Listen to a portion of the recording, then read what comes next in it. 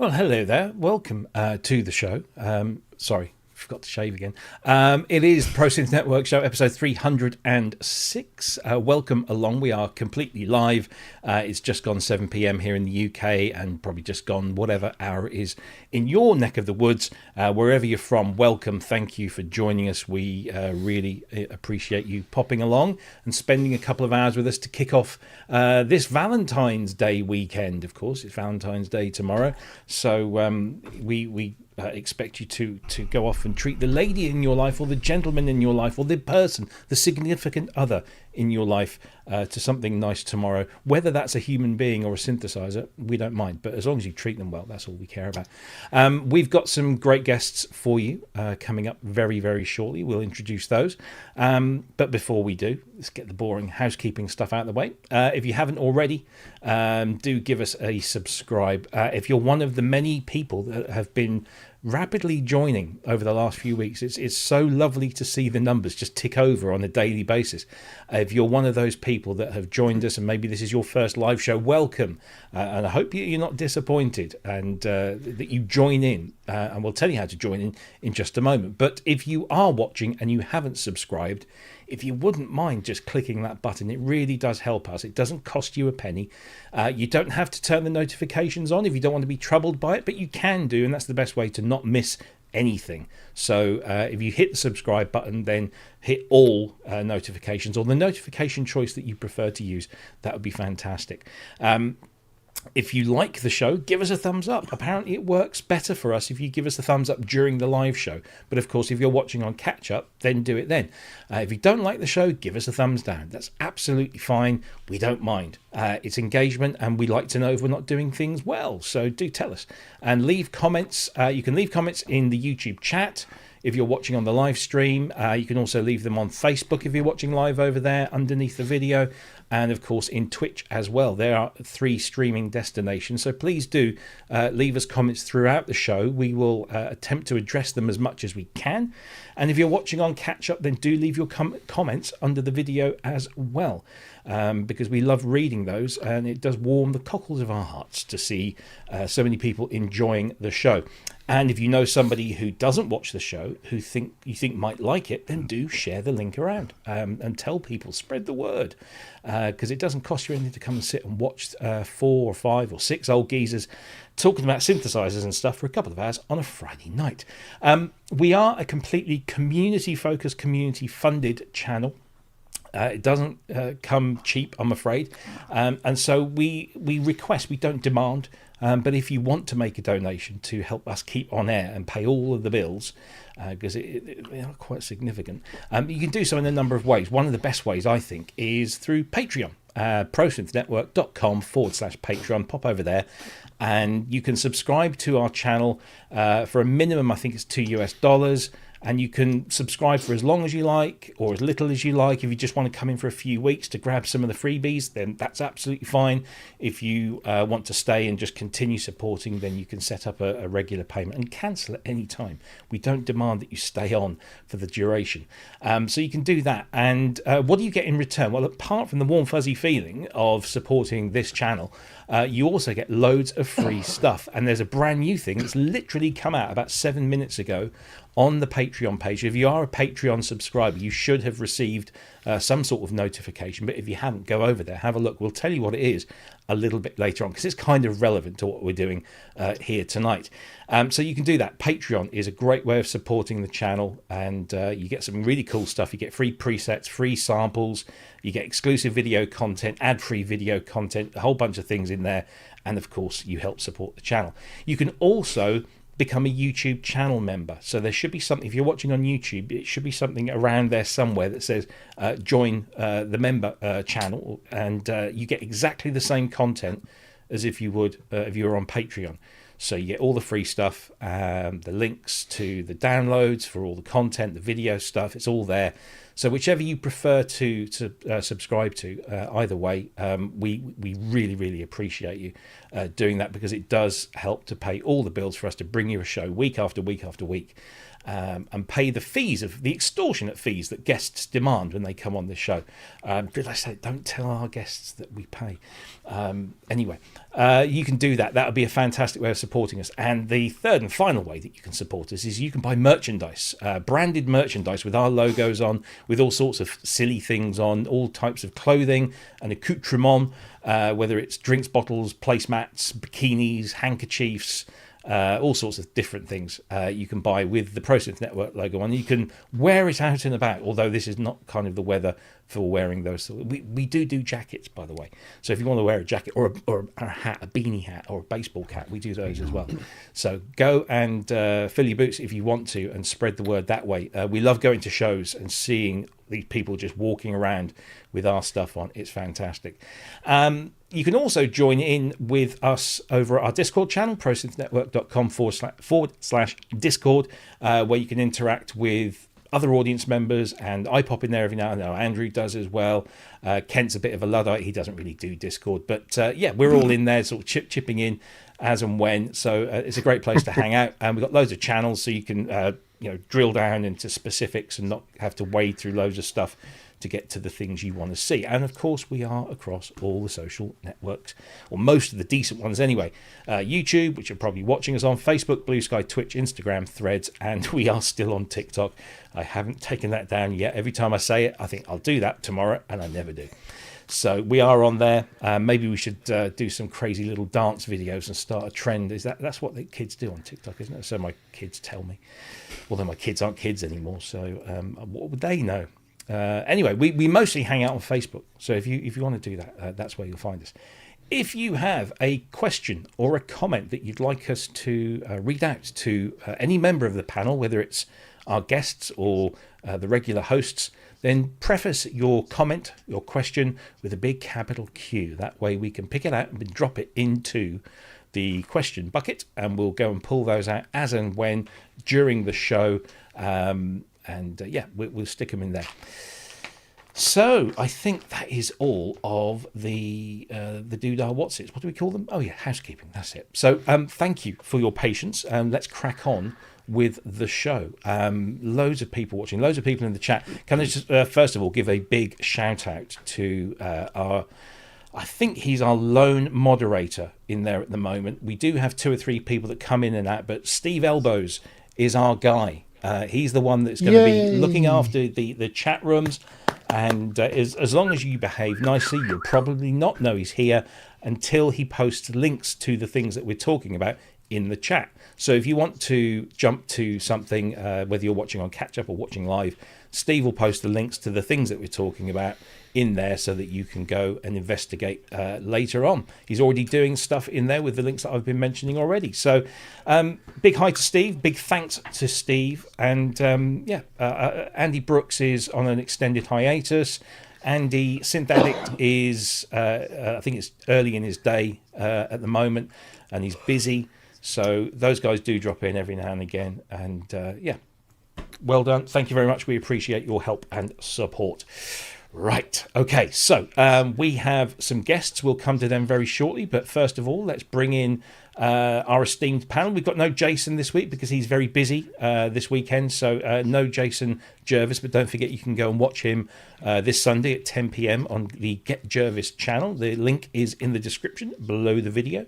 So do go and check him out. But we do have Ken Spong. Yeah. Hello. Yay. How you doing? Bonsoir and all that. Yeah. Did you finish that Prophet 5? Yeah. It went on to do a kitten after that. An octave kitten, you mean? Not an actual kitten. I mean, I appear before the magistrates on Monday. Dear. So actually, talking about standing for Jason. Mind you, you're supposed to do that a lot, isn't it? Yes, that's yeah. No Jackson, but we have Bagpuss. Meow. Oh. Yes. Bagpuss, big I've fat been, hairy cat. doing my. Okay. So I'm doing my Luddite bit basically. So yeah. Yeah. Well, we wouldn't expect anything less. Yeah. Ready for the rugby at the weekend? I'm always hello. Yeah, but you're wearing the wrong top for the Six Nations, aren't you? Not when I'm sitting next to Fiona. I'm not. Oh, okay, fair enough. I don't like getting hit. This is true. This is true. When England score, I go, Right. Right. So, yeah. So as, Cool. as you can see, I have my what the Mustang will look like. You hope. Looking good. I tell you. You've had a bit of a shuffle around in there, Kent, as well, haven't you? Different camera angles, all it is. Yeah, I think the camera moved.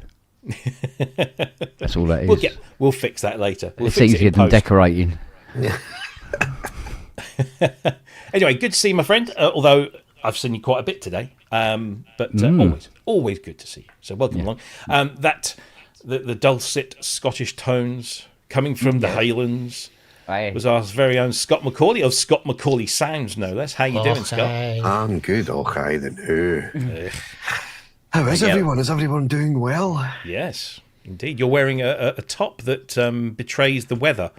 Because you're not very super dry up there at the moment, are you? Well, today we actually had sunshine and frost today, which is a welcome change, to be honest, because it has been very, very wet. So yeah, it was a very nice day up here today. So I thought, super dry top needs to go on, even though it's still got bits of my tea on it by the looks of it. I thought it was just so quietish week for me this week. I've got quite a few tutorials, but it's been relatively quiet on the Western Front, so it's I'm not complaining, to be honest, because it's just given me a bit of time with the dogs again this week. So it's been a fine chill. Shona wasn't well at the start of the week as well. She was off her work for a few days, so which is unlike her. I think the whole of last year she never had a day off, and then the start of 2026 she's had 3. But so she's feeling a bit better now, thankfully. But so it's been a bit of a funny week, this one. But what's that to your right? The synthesizer on the desk today? This one? That's the third wave. I thought it was the third wave, but I couldn't quite figure out, and maybe it's just because I'm not seeing the buttons that aren't illuminated. Yeah, it's the third wave. It's probably just my lighting in here. It's looking a bit like... because it's blue as well, and if you've got purple Caracas, lights, it kind of...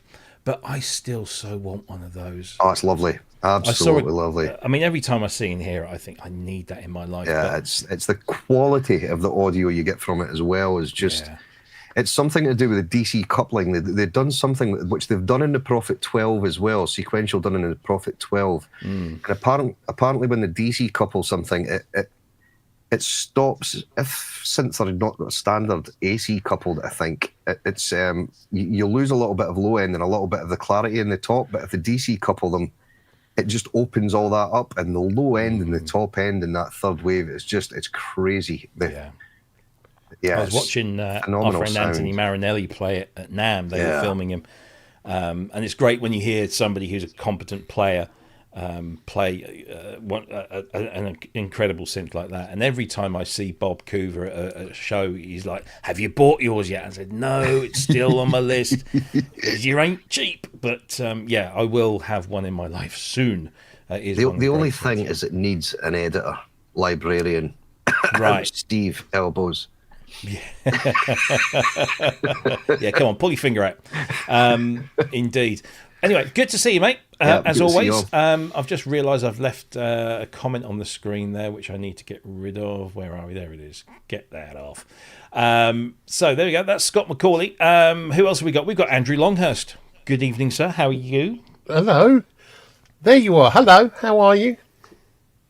Good. Yeah. No, I'm good. It's been one of those weeks where things, you have those weeks where things you don't think you're going to get through everything, and you're not. It's all a bit of a miasmic bunch of different things to do. And you think, I don't know. Everything's got done. It's been a really, really good week, and I've got one of my clients has just come back and asked for some more. Asked me to do another project for them, which is great. So that means I've got more time and money to do this, which is really good. So it's been good. Good stuff. Been good. Excellent. Well, that's the panel for you, but we have very special guests, and our friend Ken Flux Pierce is telling us to get on with it. So we will. Let's bring in our very special guests. Well, I mean, they're always special, and they always come on when they have something new to show us.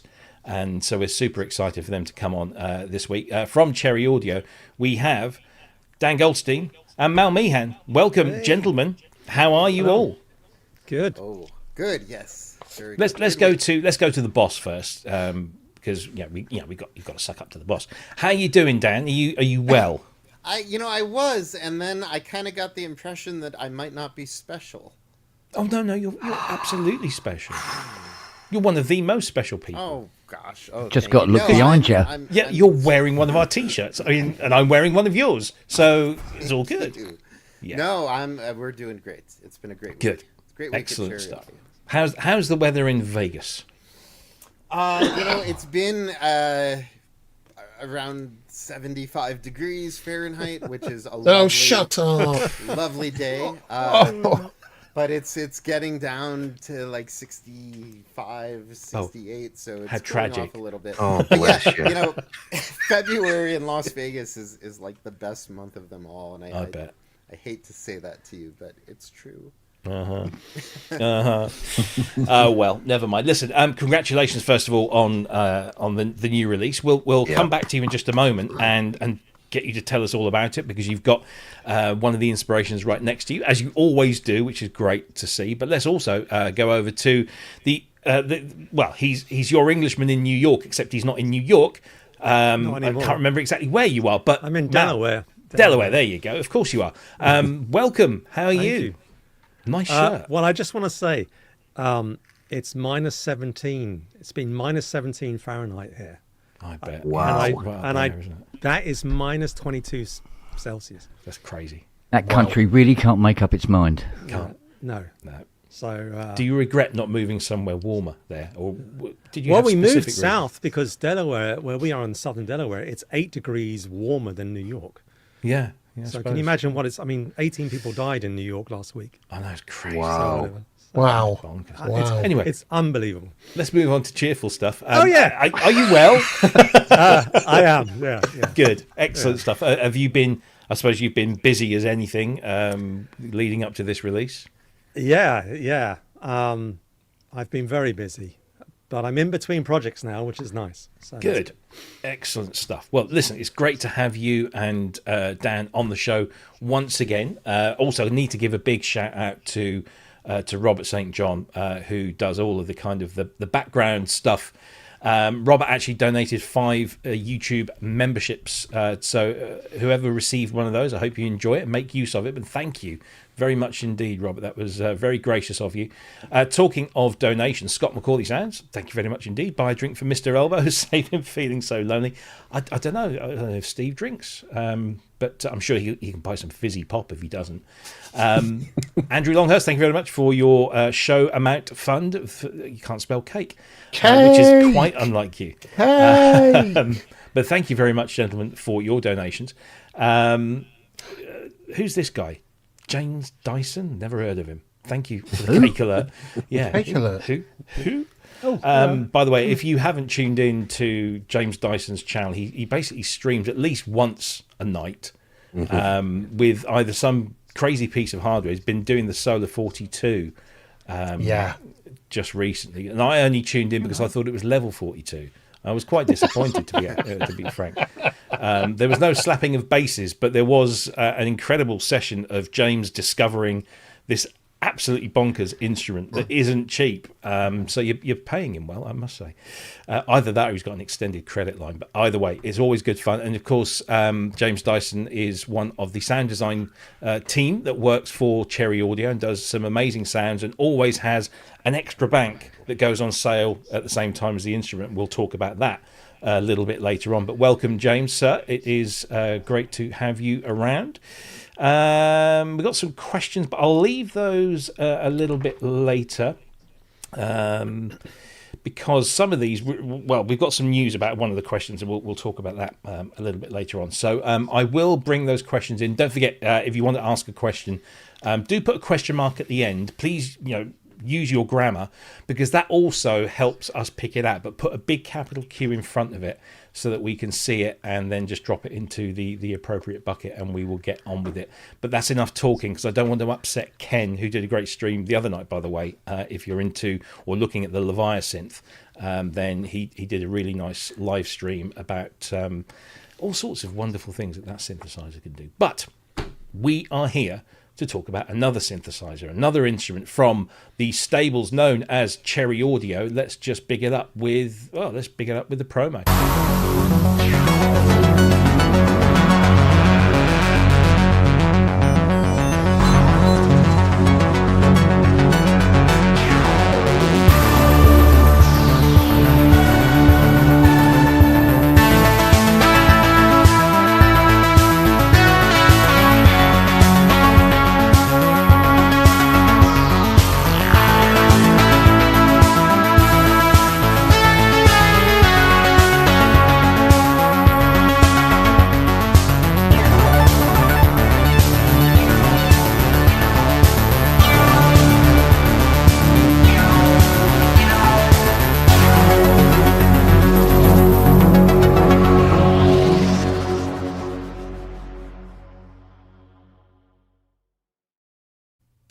Every Cherry Audio Synth Day is a good day in my books, and this one is a real cracker. You get faithful emulations, recreations, if you will, and expansions of not one, not two, not three, not four, not even five, but 6 different types of classic synthesizer from back in the day from one of the great Japanese manufacturers. You see what I did there? So we are staying on the right side of the lawyers, and we're going to talk about all things SH Max, or as I first read it when I saw the email come through, Schmax. And I was doing my best or worst Sean Connery accent. So it was a Schmax. And I even managed to weasel some of that into my review of it over on Gear News, which I stopped very quickly because I knew my editor would get big. Anyway, SH Max. Pierce Brosnan doesn't sound anything like that. I know, right? Let's go to the very top of the tree and ask why SH Max and what is SH Max? Over to you, Dan Goldstein. So we spent, if you remember, our last release was Mercury 8, and I spent a lot of time deep inside the world of the Jupiter 8, studying every possible aspect of it. Mm-hmm. And while I was doing that, I kind of became fascinated by how very, very different the Jupiter 8 from 1981 is from the SH5, from my SH5 from 1975. It's a 6-year gap, and yet the SH5 is this big experimental synth with a really screaming filter where the resonance overdrives in a really pleasant way, and it's got ring modulation and all these different kinds of modulation, and it's big and dirty, and some people I've heard it referred to as almost like an American synth, like a Moog or an Oberheim with that big bold sound. And then 6 years later, the Japanese synths became so polished and precise and perfect, and just had a very different aesthetic, and so it just kind of captivated me, and I thought, well, they both sound great, but in really different ways. And I told Mal, I'd like to do the SH5, I'd like to model this. And then Mal took that idea and just went to town, incorporating elements from more or less the entire SH series of synths. It's really a design masterpiece in that sense. There's so many cool pieces that the 7 had that the 5 didn't have, and that the 3A had that didn't find their way to the other ones. And he's really brought all of that together into this synth, and then added this incredibly cool sequencer onto it, and just kind of took it all to another level. In a sense, the SH Max is what the SH series could have been if it had continued on into the 80s. Yeah, because the SH5 is... I was saying pre-show that I think I've only ever stood in front of one once. I don't think I even got a chance to play around with it, but I've watched a lot of content of people who've owned it, and it is, as you say, when you compare it to what they did in their later years, this is far more edgy, far more experimental, far more daring, shall we say. than all the others. What were the things on the SH5 that really made it stand out from anything else that they did, either before or after? Well, like I said, there's just a lot of really experimental stuff. You've got dual filter paths, so you've got you have a state variable filter, and then you have this bandpass filter, which is a completely different kind of filter, just a different design, different topology, and you can route the two oscillators and the ring modulator and the noise to either one or both of those filters, or you can bypass the filters entirely. And then on top of that, you have two different kinds of sync, of oscillator sync, which is really kind of interesting. It's got sample and hold, and you can choose what feeds the sample and hold, whether it's noise or whether it's one of the two LFOs, because it has two LFOs. And yeah, just all these kind of elements where you could see that when they were building these mono synths, they were like, well, what else can we do to push that forward, and to experiment more with what a mono synth can be. When we took that and made it polyphonic, it was just mind-blowing how cool that architecture becomes once you can play it polyphonically. I just fell in love with it. Yeah, no, it sounds absolutely amazing. So just to clarify, I'm sure lots of people have already know this. So it's primarily based on the SH5, but it has elements of the SH3A, the SH7, the SH1000, the SH2000, and the model, the System 100 104 sequencer. So it really is kind of the best of that era is in a single box.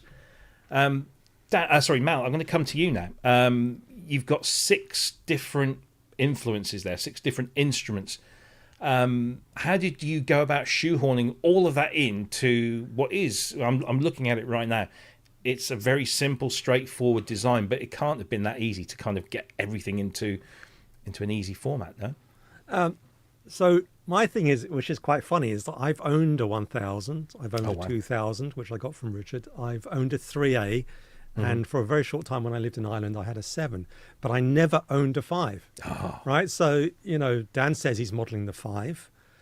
I'm like, oh, okay. And so I started off designing the 5, and that's where it started, with the modulation switch array at the top. But there was for me, the 7 was, to this day, is one of my favorite Roland synths. I mean, I think it's such a beautiful looking synth, and it, as Dan was saying, I think by the 7 they had understood that their filter topology with the high pass filter in line with the low pass. So it sounds the 7 sounds more like it's more like a Juno 6 or a Jupiter 8 than it is the SH5. So it just seemed to me, if we're making an engine that has the balls of the SH5 because of that bandpass filter, then we should try and get some of all this stuff into it and see what that would sound like. That was really the sort of idea. And there's features on the 7 that I really loved, like the auto bend feature. These are features that just instantly transform you to the 1970s. Like the Korg 700 has the bender, and it's just little features like that for me that makes that product a product of the 70s and not a product of the 80s. So it was really, what can we add from the whole range that will add value to the 5, and can I shoehorn it in?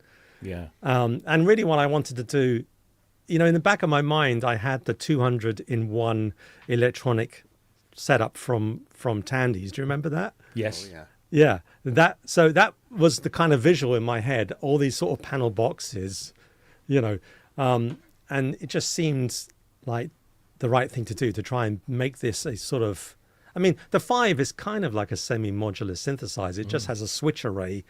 It doesn't have patch cords, but it has that switch array. So it is kind of like you're looking at a modular synthesizer. Yeah.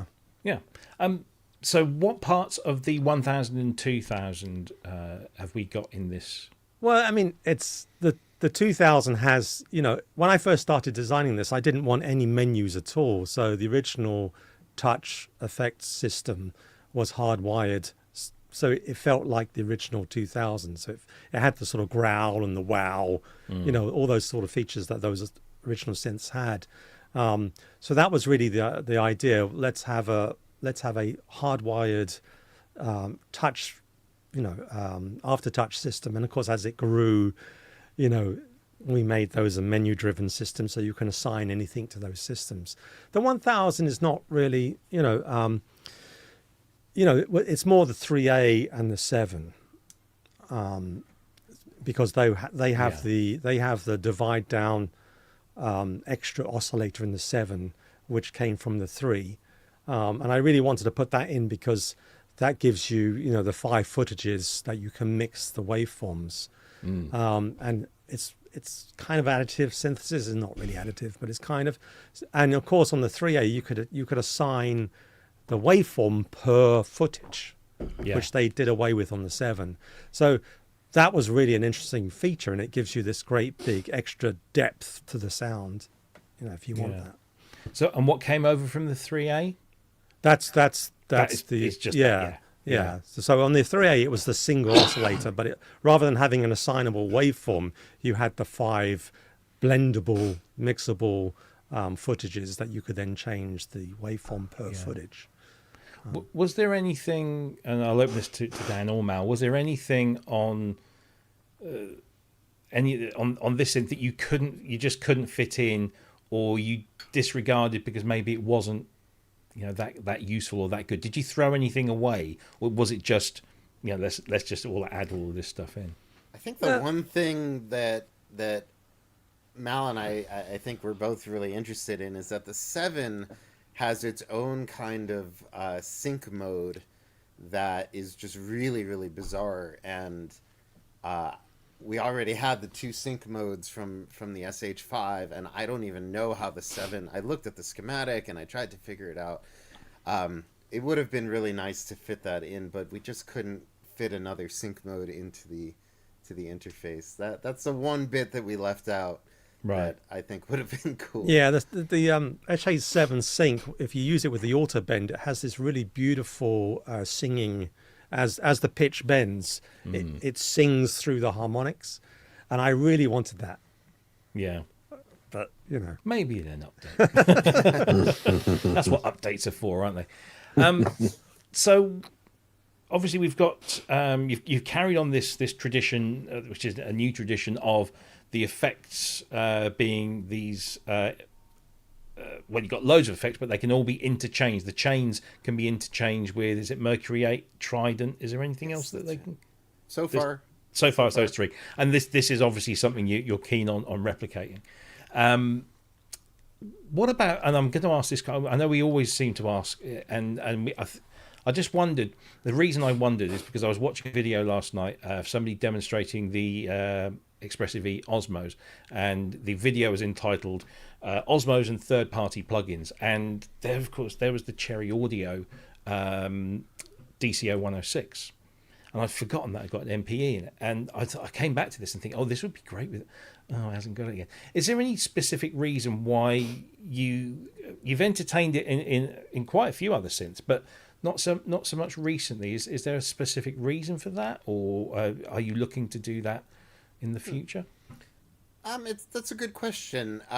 We have sort of gotten away from it. It adds a significant CPU hit because to do MPE, it's polyphonic modulation, so every single voice can be different, which means you're constantly checking the values for every voice and having to recalculate filters and things like that.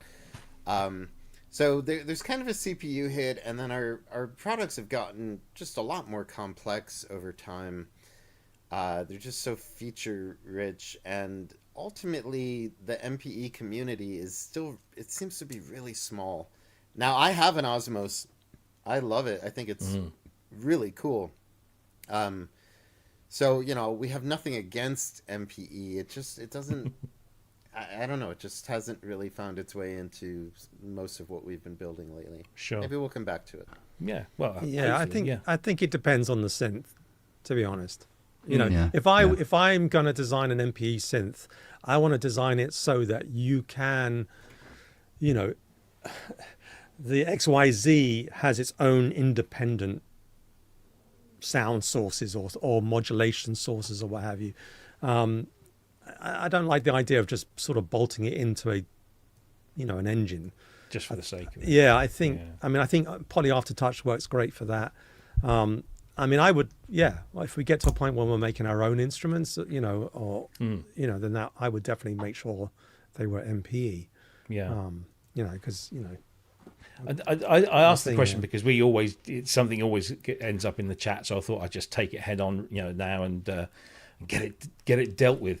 Okay, so let's talk about sound design, and we can actually speak to someone who designed sounds for this and a few others. There he is, Mr. Longhurst.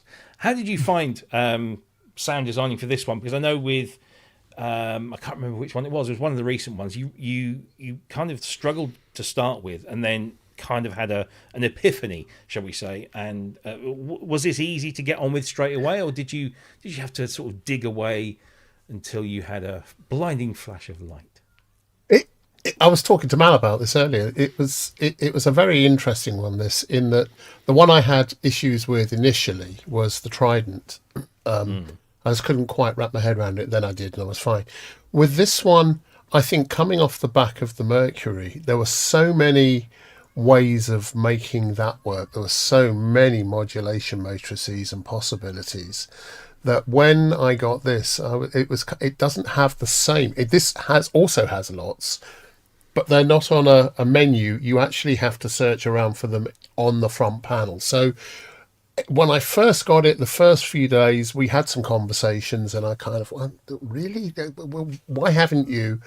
And then as soon as I got over the fact that it wasn't the Mercury 8, actually, I've been finding this ridiculously easy to create sounds to create sounds with. I had a pal of mine come over on Wednesday, and I was showing it to him. And by the way, Robert at Cherry very kindly helped him out. He's having a bit of a time at the moment. But I showed him this and I said, come and have a look. And I just said, look, we'll just go to new. And I think within 10 minutes, I'd created 2 brand new patches that were gorgeous straight away. And then a third one, which was a sequence, which was better than a lot of the ones that, you know, maybe I'd done previously. It's just ridiculously compelling and easy to pull patches together on this. So I've loved designing sounds for this, and I know James has. James and I have both been working really hard on this. James Dyson, that is, as well as James Terrace. It's just a ridiculously wonderful machine to create sounds with. It just really is. Yeah. And also, while you mentioned that, we have a brand new bank of sounds that if you are a Patreon supporter or a YouTube channel member, if you go to either of those sites that you subscribe to, you will find right now available to download a brand new bank of sounds. It contains 40 patches, 20 from James Dyson, 20 from Andrew Longhurst, brand new patches not previously heard in the factory delivery of SH Max. So there's another great benefit of being a Patreon supporter and a YouTube channel member. If you've got this instrument, you go and get 40 brand new presets. So thank you, Andrew. Thank you, James, as well, for those. And if you want more SH Max sounds, we will have some more going up over the weekend from Custom Sonics, who sent in a bank just yesterday for us to give away on our pages. So more to come, lots more to come. And please do, if you want to support. So you can just dip in and support for like a month or two, and then dip out again. Go and grab the bits that you want. Can I make a small wee little mention whilst we're here? Because with the sound design, one of the things I did a quick video, which it's just me bimbling, but I said it in there, and I just want to make it really clear that the really good thing about this is this synth, as with all the Cherries, but this in particular. The sounds that you get, the presets, and there's lots of them, open them up, but play with them, play with the controllers. The real joy with this is that you can make changes really fast and come up with things that are entirely different to what you started out with really quickly, really usable. Save them and away you go. You'll be building your own, banks of patches for this so quickly. It's stupid. It's a really, really usable machine. So yeah, do it. Excellent stuff. I'm going to come across to Scott, because Scott, you're a sound designer by trade, and you've had early access to SH Max. What did you think of it from your sort of sound design perspective? I love it. Yeah, it's very, very good. It sounds great. There's an element of when you hear the initial two oscillators taking this sort of 5 from VCO2B out. It's got a little bit of a Moog feel about it as well. When you sort of detune these oscillators, it's kind of got that Moog kind of vibe about it.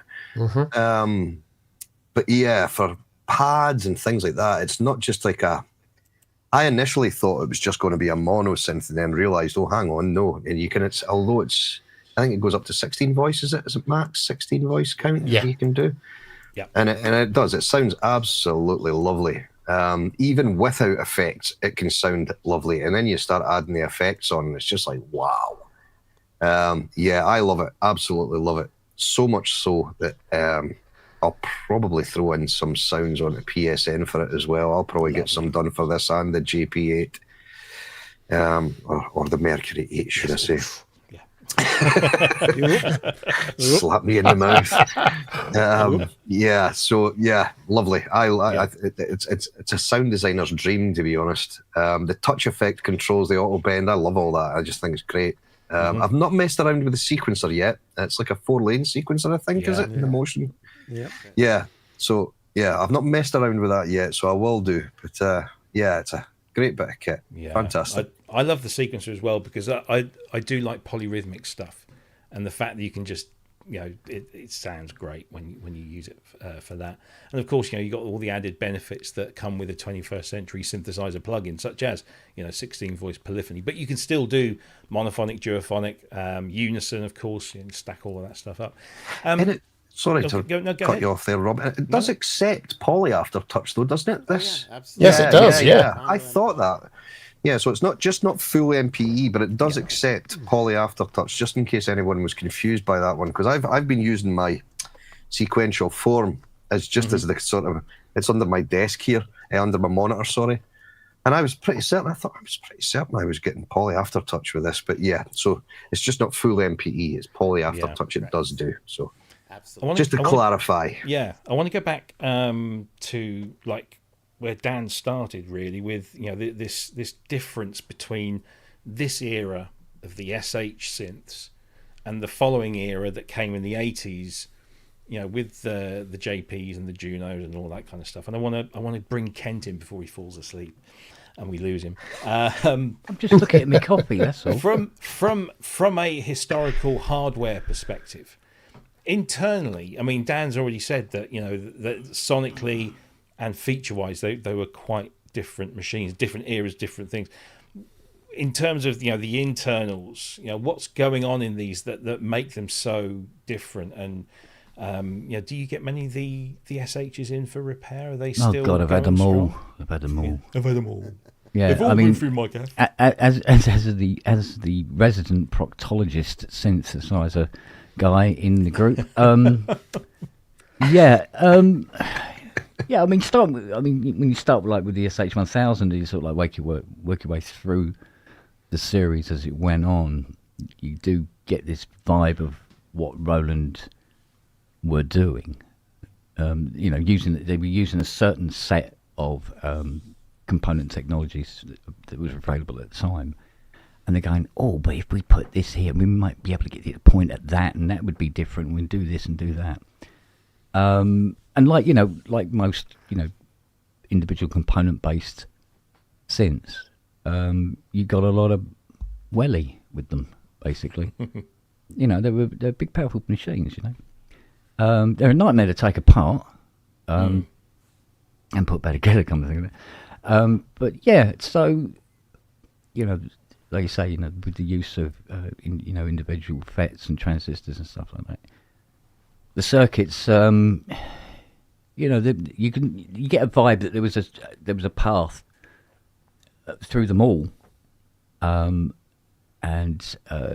you know, where they sort of like remove something from one synth but have it on another one, like the System 100. You didn't have a you couldn't variate the I think it was the high pass into the low pass or something like that, whereas you could on things like the SH7. And so yeah, I mean, they were all lovely. They were beautifully built machines as well.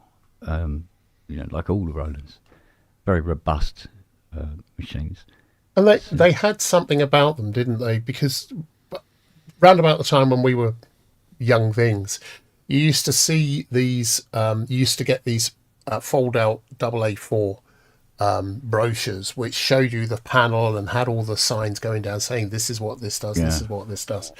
And we yearned for those things. And I remember when I first saw. I mean, there was the SH1000 first, then the 2000, then I think the 3 and the 5 came out. The 5 was unique in that it kind of looked, you kind of saw a bit of something like a Moog, but it had sliders as well. And even if and I hadn't had a synthesizer at this point, and so I'm just looking at it going, oh, it's got all this stuff. It was a bit like Dan Dare comics, you know, it was all the knobs and sliders of flying a spaceship. And it did have a really, really unique sound. All of those did. I think, as Dan was saying, by the time we got through to the Jupiters, they kind of settled into a much more uniform sound. It kind of moved around a little bit with different, you know, models, but the early ones were every single model was like an experiment, and that was fantastic. That was what attracted us, I think, and I love this because of that. Well, it's almost like they had like a set, you know, a set idea, and then as each machine came out, they just were trying new and different things, but with the technology that they were using. So you didn't get a chip turn up, for instance, in the SH3 that wasn't in any of the others. You know, they were in all the others. They were just configured completely differently. You know, and do you think different parts? Do you think that's got anything to do with the fact they were building, you know, really big, and you know they were building modular systems at the time as well, and they found a way to sort of experiment and then moving it? How do you think that fed? Well, up to a degree, the modular stuff was kind of, it was the same tech group, the same components, the same, you know, the parts were literally interchangeable between all of the machines. You get key parts, you know, especially if it's in the effects area and stuff like that, but it was mostly the same kind of, the same FETs, the same transistors, whether they're the NPNs or the PNPs or whatever, and the, you know, set op amps and stuff like that, and literally everything was interchangeable. So, you know, this carried on, but when they got to, like I say, with the Jupiter 8 and stuff like that, the tech changed. The way the machine worked became more regimental, because there was only a certain way the computer would work, you know. But the tech itself hadn't really changed that much. It just been the more modern versions of what was in the SHs, right. Or more. They started to put it into, you know, multi-pin packages instead of having individual components and stuff like that. And so, sorry to keep asking questions, but Dan, I was going to ask you. There is a very clear sonic signature with this, and with the 5 and the 7, and it seems like there is, you know, it's not fizzing around up at the 10, 12, 14, 16K sort of regions. It's quite a MIDI synth, which works, you know, a mid-rangey synth. Did that give you any problems when you were capturing that? Because it's got, yeah, that sound is very unique. Well, so much of the sound of this instrument and the SH5 comes from these dual filters, and as I said, the filters themselves are the state variable filter and the bandpass filter are very, very different filters. The main VCF is a 4-pole filter, the bandpass filter is a 2-pole filter, but then its topology is different and it's always resonating even if you turn the resonance down all the way. So it's always got this sort of, if you're using that bandpass filter, there's always this kind of mid-range emphasis as you move it around. But combining those filters together, which is something you don't really see parallel filter paths in a lot of vintage synths, and then the sort of, you know, resonance from both of those different filters blending together, I think ends up being like an EQ that just, you know, can really emphasize some of those mid-range frequencies. You also have audio rate FM filter modulation, which comes from the SH7, which you can't do on the 5, but it just, you know, it gives you these crazy filter sounds if you want it to.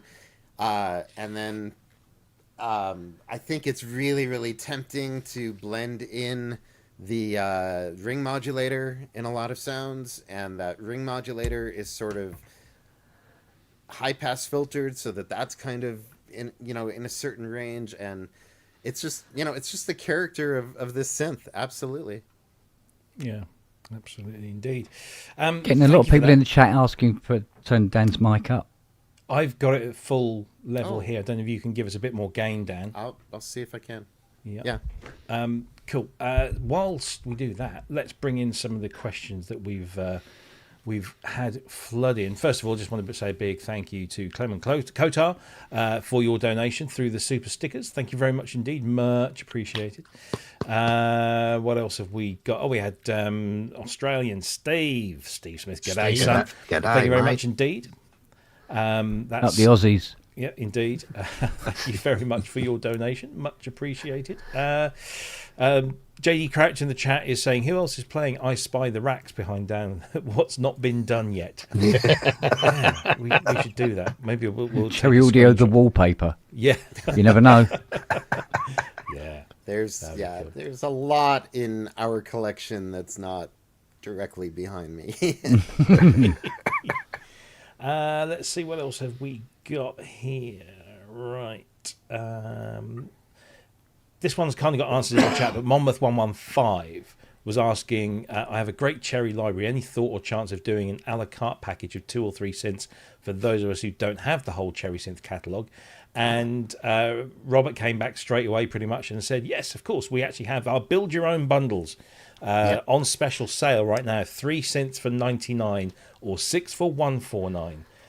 So yeah, you can have, you can pick your own 3 or 6 and have them for those fixed prices, which is a great saving. I mean, it basically works out around $30 a synth or thereabouts, depending on which bundle you go for. So yeah, please go and avail yourself. Of course, there is the synth stack, which is a collection of everything up to Mercury 8. Is that correct? That's right. Yeah. Yep.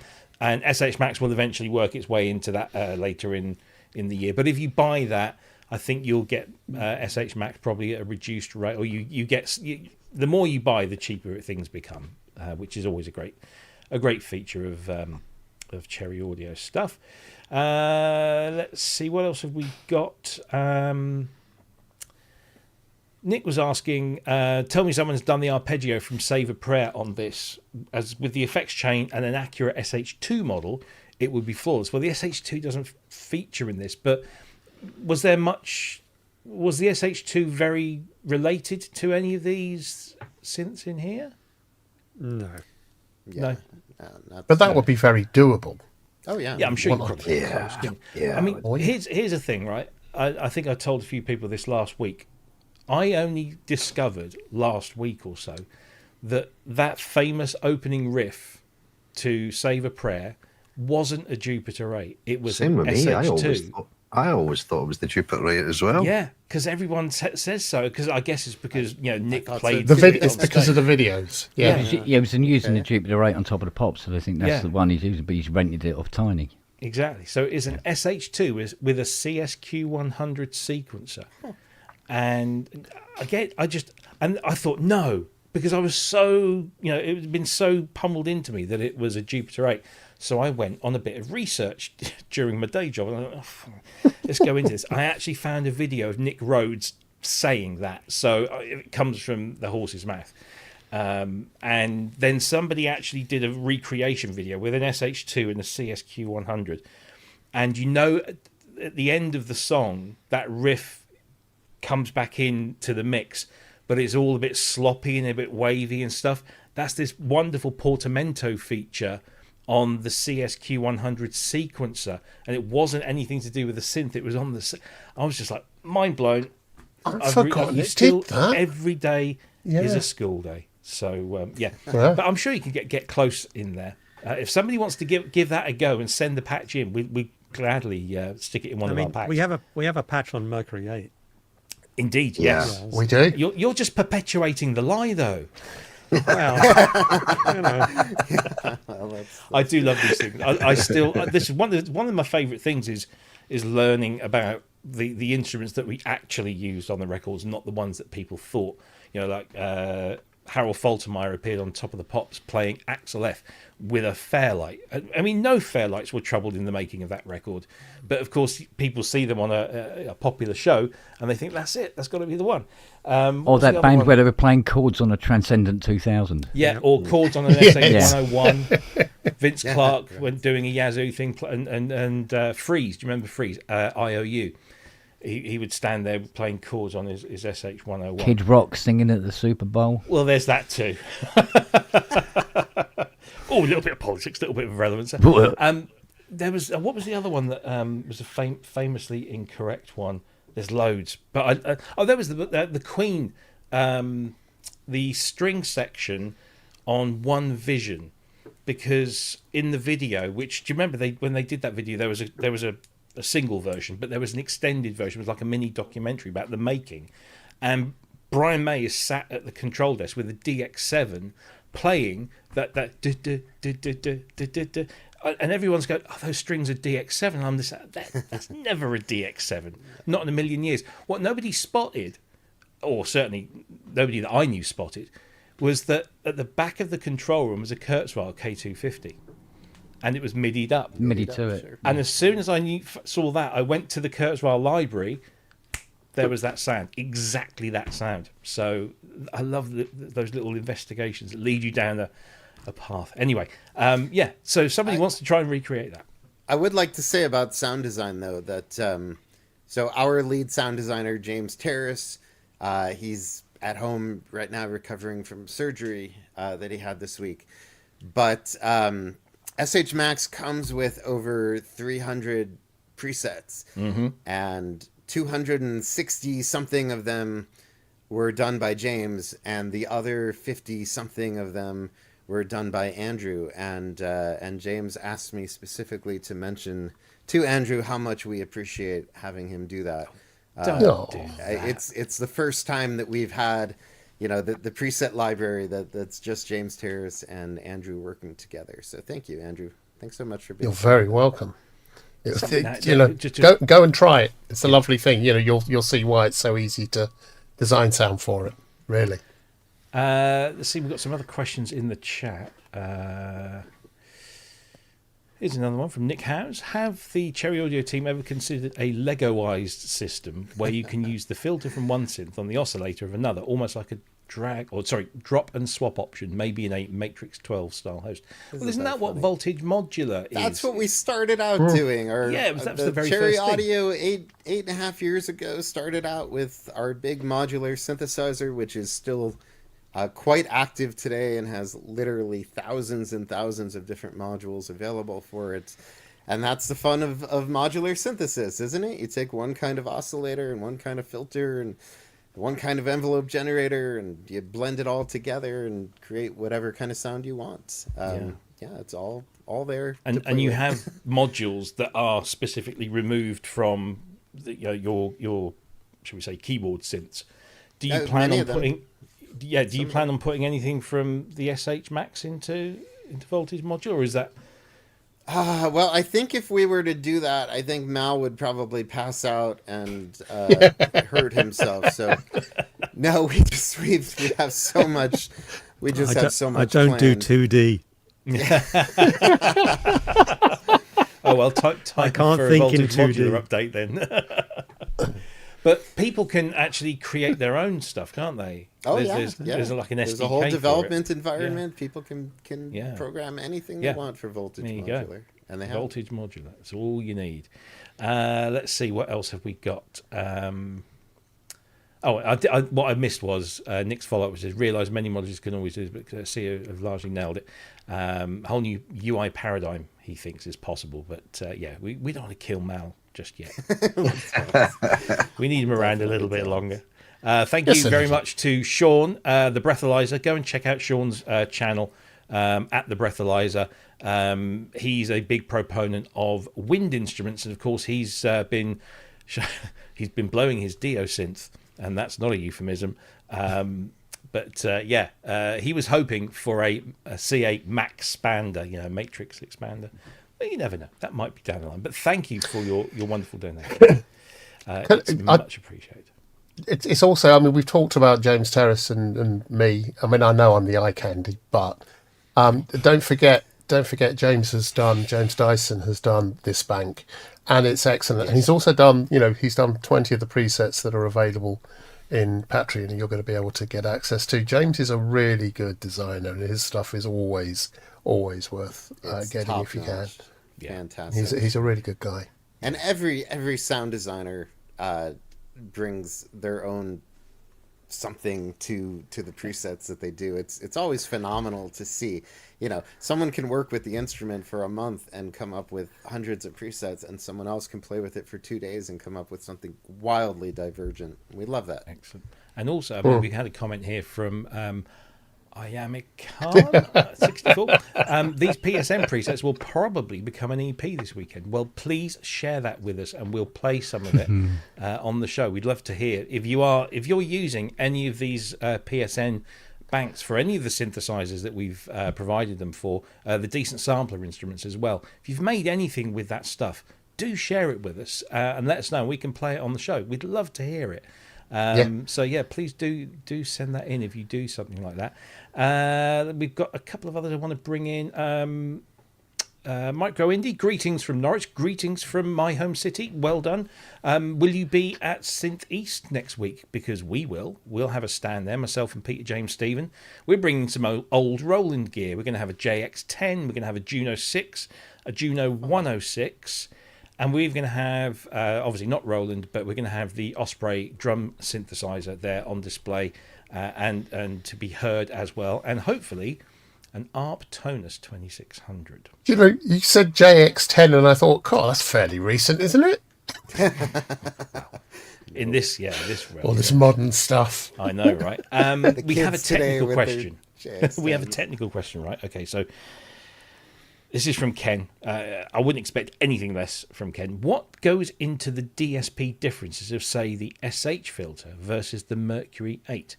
Is the filter structure the same, just with an emphasis change to how the Q scales, etc., or is it deeper? Who wants to take that one? Yeah, well, I mean, they're both 4-pole filters. That is about where the differences end. I mean,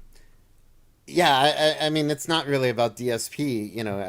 I mean, in a sense, a 4-pole filter is 4 1-pole filters with a feedback loop for resonance. So, I mean, the kind of fundamental structure of these filters, I guess, is the same, but the way they respond, the way they resonate, how much they resonate, and all of it is just night and day. And I think I don't know. I don't want to speak like I'm knowledgeable about this, but I think as I say, I've put a lot of thought into how much Roland changed between 1975 and 1981.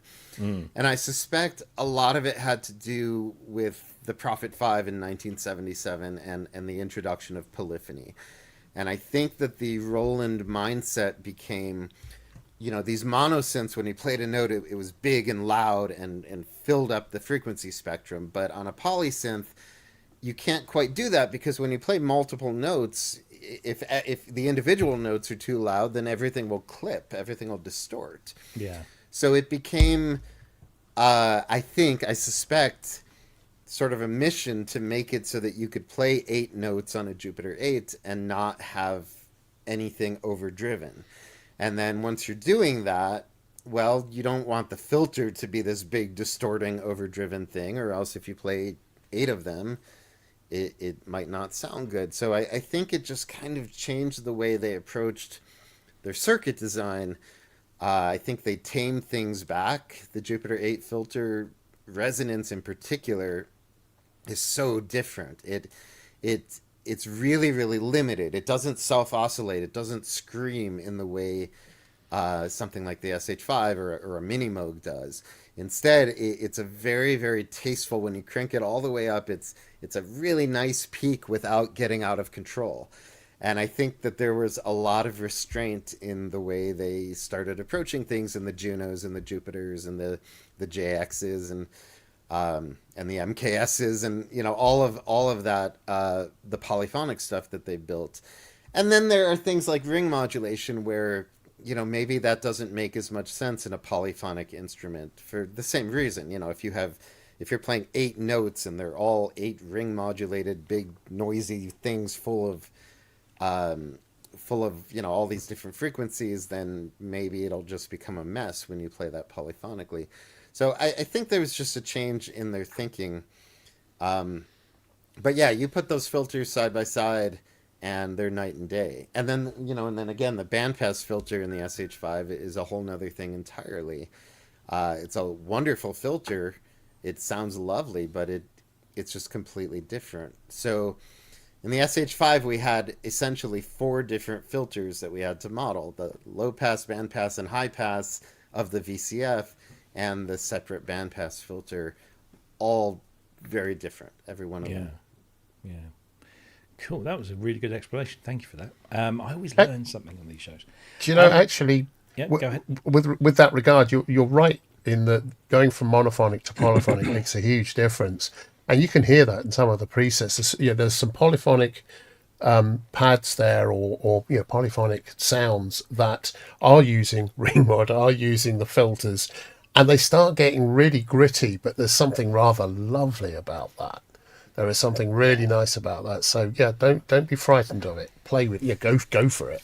The element you've got to remember here, though, is that actually these machines are unruly and can do this. Yeah. It's just that when they're factory calibrated, and their calibration is basically the reins that pulls crap in and go, no, you're not going that far. But if you mess around with the calibration of these machines, you can make a Jupiter 8 sound like a monster memory moog. You can get resonance out of it that will take windows out. But it was never. But Roland never intended for it to go. No, because you know there'll be people's monitors on stage blowing up. Yeah, there's nothing about the circuits. There's nothing about the circuits that aren't capable of doing that. It's just that Roland that I think that search for polyphonic perfection. Yeah, where everything was clean and just perfect. I think it had a huge influence on what we think of as the sound of Japanese synthesizers. When you listen to Jupiter 8s in something like a Madonna song, you know, you don't think of them as sounding like mini moogs, like these big growling things. You think of, you know, ding, ding, ding, ding, these little plucks and everything being just really, really precise and in tune. That's what they were going for at the factory. Yeah, and it was how the production was. You'd EQ bottom end out so that you could fit them in there and have the bass doing. You know, that's just how it was done. That was the production rather than the synth. Yeah, but I think the Japanese ear is also tuned to the higher frequencies. If you take hi-fi, if you take Japanese hi-fi over British hi-fi or American hi-fi, the EQ structures are very tuned to the top of treble registers. It was interesting. I was watching Anthony Marinelli's one of the many videos he did with our friend Steve Porcaro, and he was talking about the synthesizers used on Human Nature, which of course was the Steve Porcaro composition that ended up on Thriller.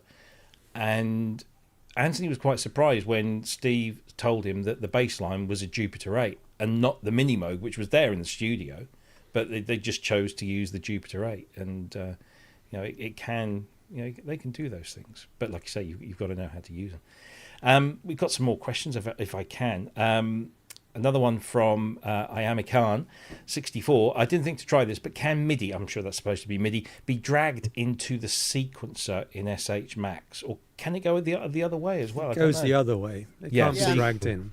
That's right. MIDI can't be dragged in, no, but the sequencer does produce MIDI output. So if you're using SH Max in your DAW, you can actually record the notes coming out of the sequencer if you want to. Excellent. So the funny thing with this is that, as we were developing this, there were lots of, requests to be able to add MIDI into the sequencer. And I was adamant that I didn't want that, because the whole experience for me was about manual synthesis. And that was, for me, that was one, when I'm taking, when I start doing these things, I kind of get a feeling for the synth. And when you look at the SH5 and you look at the 7, these are, they're big panel synths. And I wanted, as an experiential designer of old, I wanted the experience to be very manual, And the funny thing is, it's really easy. I mean, we built in systems so that you can audition that step and move to the next step and audition the next step. And Dan programmed it so that when you turn the pitch, you can hear the pitch changing. So it's really quick. But I really wanted people to go back to that kind of manual knob turning to get the pitch. Because you can use your DAW if you really want to sequence stuff. Yeah, So. absolutely. Plus, you find notes that you weren't actually looking for. Right. In the sequence, you go, oh no, that's much more interesting. I'll go with that. Yeah, absolutely. It's just a different way of approaching how to do an ARP or a sequence, Yeah, and it's what's correct for these 70s instruments. It's the right way to approach them. I mean, people will always ask us, to put in more features to every product, but there is a point where if every product has every feature, then they don't really distinguish themselves. And we put a lot of effort into making sure that each instrument feels like the time, the era that it comes from, and has the kinds of features that you'd expect. Were you wearing flares when you designed this? I'm always wearing flares. Yeah, come on. Okay. Just thought I'd check. It's 70s. Just look at that shirt. I mean, it screams paired with flares. Yeah, circulation is important. Yeah. Yeah, absolutely. Both blood and air. Let's see. We've got some more questions here. Steve Sonus Lucis says, are there any plans to release the wonderful effects section from these synths, this interchangeable effects chain section, as a separate plugin so we can apply this to legacy VSTs? We've been getting that same request quite a lot recently. I guess that's a question for the audience. Is that if we did that, would you want that? We could do it. It's something we could do. Sure. There you go. Tell them. Answers on a postcard to cherryaudio.com. Yes. Thanks for that one. This is more a comment rather than, well, I suppose it is a bit of a question. Joe, the filmist, says, just got the Cherry Audio 8 voice. What an absolute beast of a synth. How is there not an in-depth collection of tutorials on this? It begs for some Tim Shoebridge 4-parter. There you go. Put that request into Tim. Why don't you just nibble along to Tim's YouTube channel and ask him yourself? You might just oblige. So thank you for that, Joe. Let's see, what else have we got? Oh, I just want to say here, Andy Synth Addict, another one of our moderators. You can tell our moderators because they've got a tool next to their name. I should be streaming a live Stanford Karma event tonight. So the Stanford Karma unit, of course, is the home, the veritable home of FM synthesis, because that's where Dr. John Channing discovered it. And then Stanford licensed it to Yamaha, and the rest is history, as they say. But it's a long-held ambition of mine to go. Have you ever been to the Karma facility? Oh, I haven't. No, I really want to go, mainly because they've got a GS1 and the programmer, the big 4 CRT screen program. I don't think it's working though. But if you want to watch, Synth Addict is the channel at Synth Addict. go and watch his live stream. Please do. There's lots of good stuff to watch over this weekend. Let's see. We'll go slightly off topic here because I want to sort of move. We've got about 40 minutes left. I want to move to. There's a couple of news things I want to discuss with everyone. But where are we? I think this is the one here. Mikula Music. Have you guys seen the recent updates that Isla Instruments released about the Kadamo? What is your take on it? For all I know, it's completely bananas. It is. As is its inventor, completely bonkers. I was speaking with Brad the other night, and he and I are getting together, and we're going to sort something out because I think Caladan was we had Brad on with Caladan at its very early stage, just after he took on the IP and the development of it, and it's now because Mal. Oh no, I'll get all the bloody names wrong. Brad, not Dan or Mal. Brad. Has had a bit of a, shall we say, a tumultuous year or so, what with moving back from America to the UK. So he's had a lot on his plate, but I was sat on my sofa, and I think it was after last week's show, I got a ping on my phone that says, Brad's gone live. I'm like, oh, what's this? And I'm sort of trying to watch the thing that we're watching, and I've got Brad on here, and he's like so excitable, and he's showing all of these new things. And I just left a comment saying, this is great, we've got to talk to get him onto the show. About 11:30, my phone starts ringing in the middle of the film, and it's Brad. And I had to sort of, I couldn't really take, my wife would have killed me. And then he just sent me this message. He said, I'm up the pub. I'm so happy with what's going on. I've had a few beers. So it's probably best that I didn't answer the phone. But we have spoken since. Brad will be coming back onto this show very, very soon to tell us all the good stuff about Caladan, and when we say it's a great thing, it really is. Just a comment on just how wonderfully small and awesome this synth community is. My SH5 was sold to me by Brad of Isla Instruments, and so SH Max would probably not exist today if it weren't for him. It's funny you should say that. Yeah, Small absolutely. world. Because he bought a whole bunch of stuff, didn't he? He was doing it up and selling it.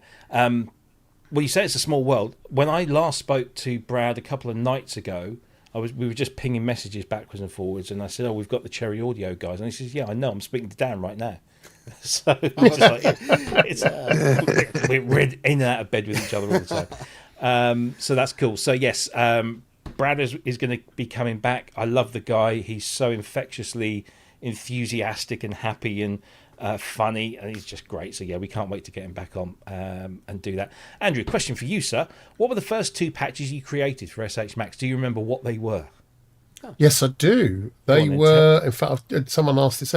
They were Electric P&L and SH Choral. So they were the very first two. SH Choral sounds like this. I can't play chords because I haven't got it. Actually, no, I can. I can. Oh, I thought I'd got it all set up on the MIDI. I haven't. Go on then, you play it quickly. Hang on a moment, let me just bring it up. Where are we? SH Max. So where is SH Choral? Is it in... Well, it's in the bank that's called Andrew Longhurst. Yeah, I know. I'm trying to find Who'd have thunk? Here we go. Gotcha. It's under A. Yeah. Under A. Oh, that's a bit... No, it's... You got your echo cancellation on, buds? Yeah, let me Have turn I? that- Yeah, It sounds like it, at least. It does, actually. There we go. Oh, now we... No. Oh. Whoa. Okay. Well, yes, it's there. SH Choral and the piano. Yes, yeah, they're all Audio there. professionals. Great every single advert. one of us. Yeah. Yeah, I know. I I'll know. buy that for $1. Yeah. Right, hang on. There we go. Does it come with the crackling?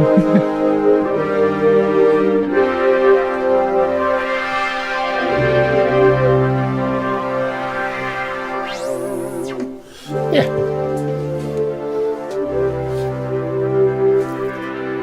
What was the other one?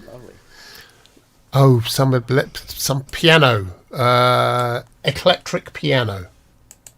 Oh, yeah, there you go. Electric... Keys. Yeah. Eclectric.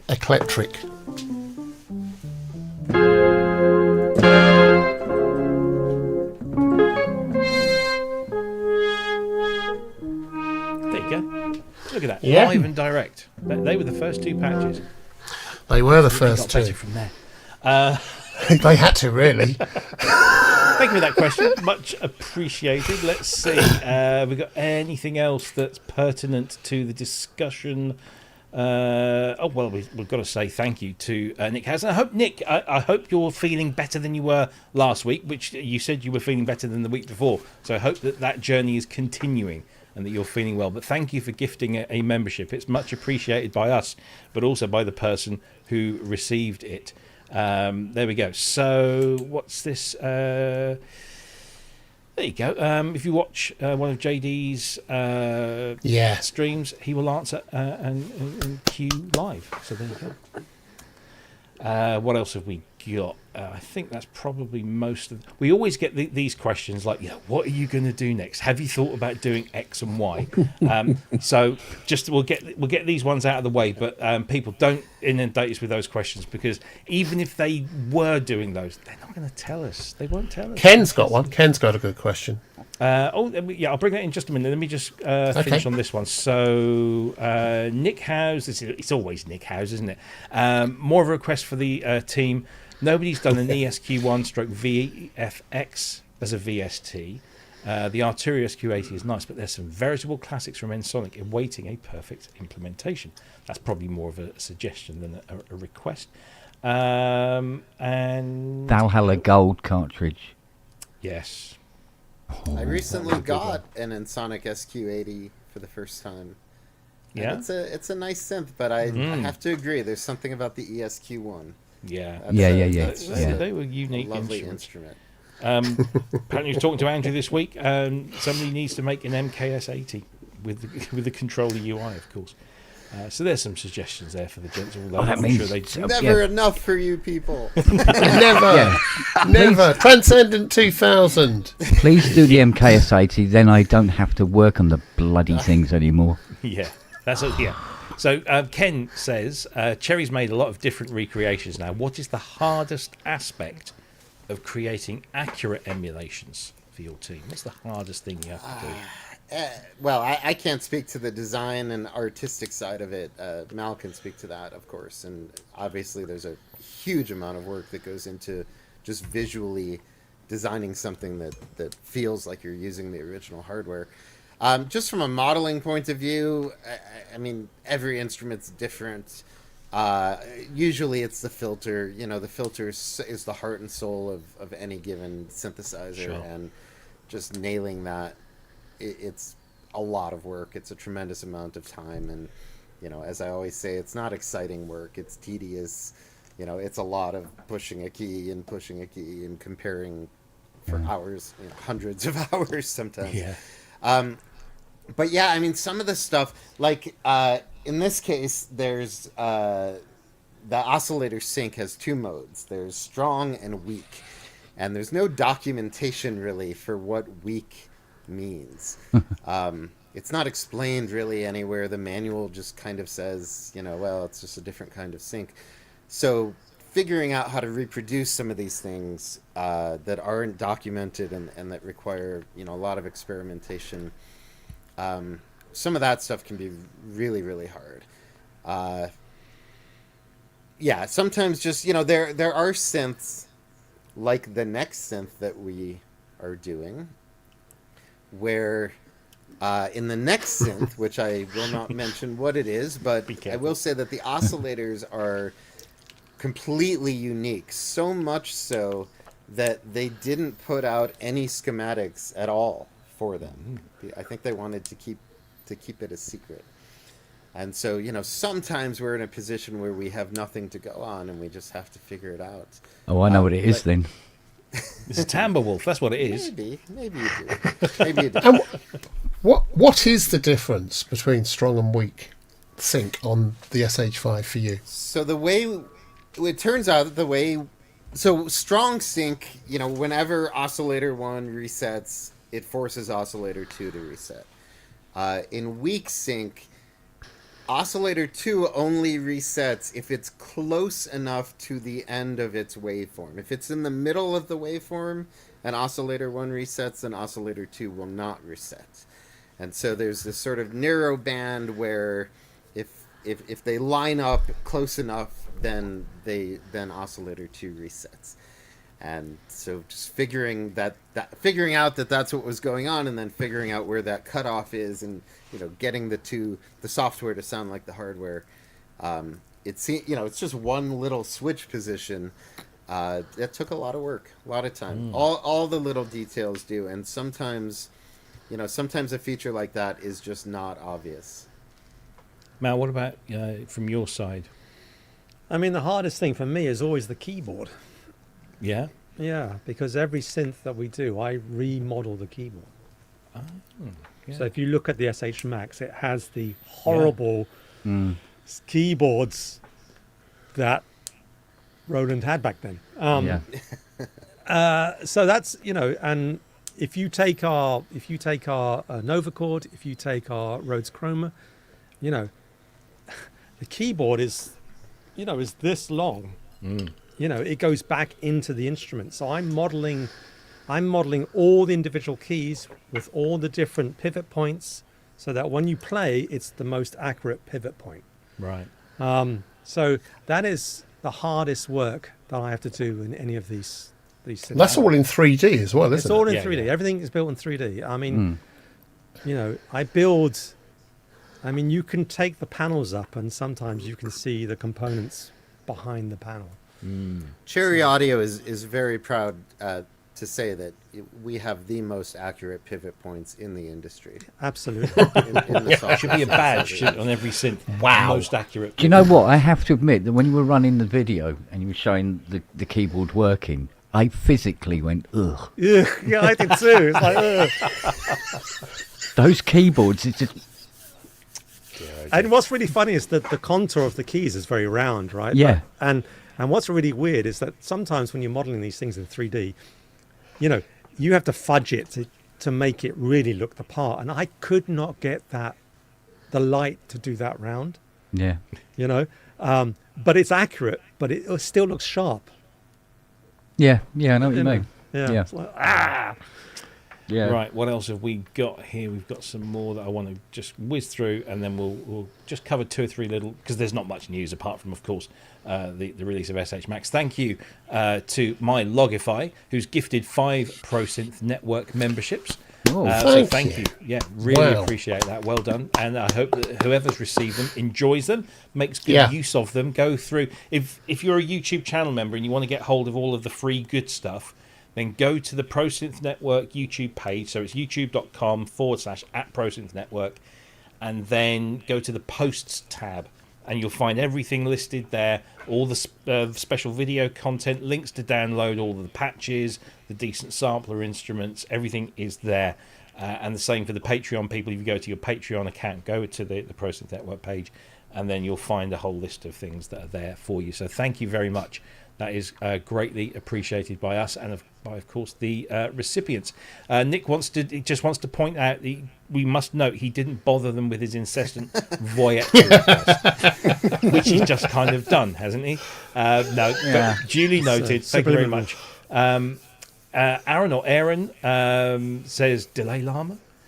Actually, didn't we had a few weeks ago that somebody's already done that just recently? They've come up with something that nails Delay Llama and expands upon it. I'll have to dig that out. But yeah, if you go through, we have talked about that. But yeah, it's always a classic, isn't it?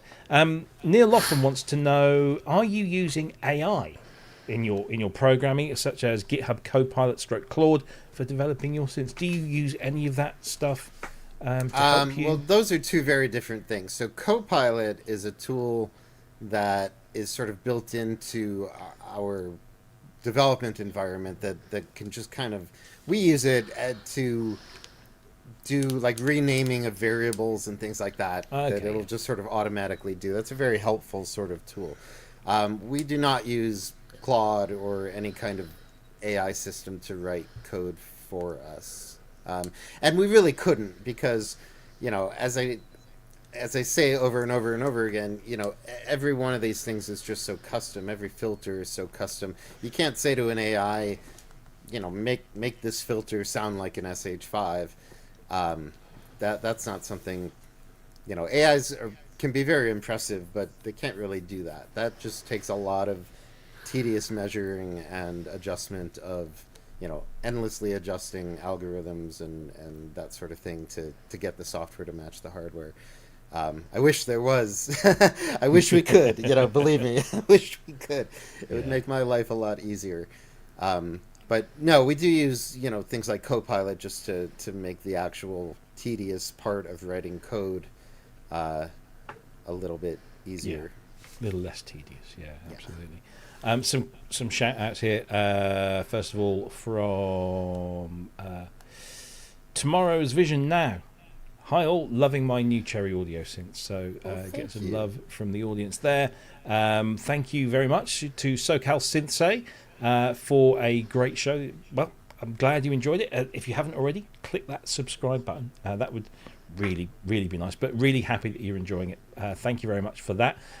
Nick's got a fan now. He's Ken Flux Pierce says he would really love Voyager as well. It never ends. It'll never go away. Thank you, Steve Elbows, for reminding me it's Crazy Sandy that did the Delay Llama. So if you just Google Crazy Sandy Delay Llama, and if you want some proper Delay Llama action in a modern 64-bit environment, there you go. That's where, and it's free. It's free. So there we go. And so let's bring in some. So we've got some news. There has been a little bit of news. Came out at 3:00 this afternoon, all the way from Waldorf in Germany. Attack is back. Music is the breath of your soul.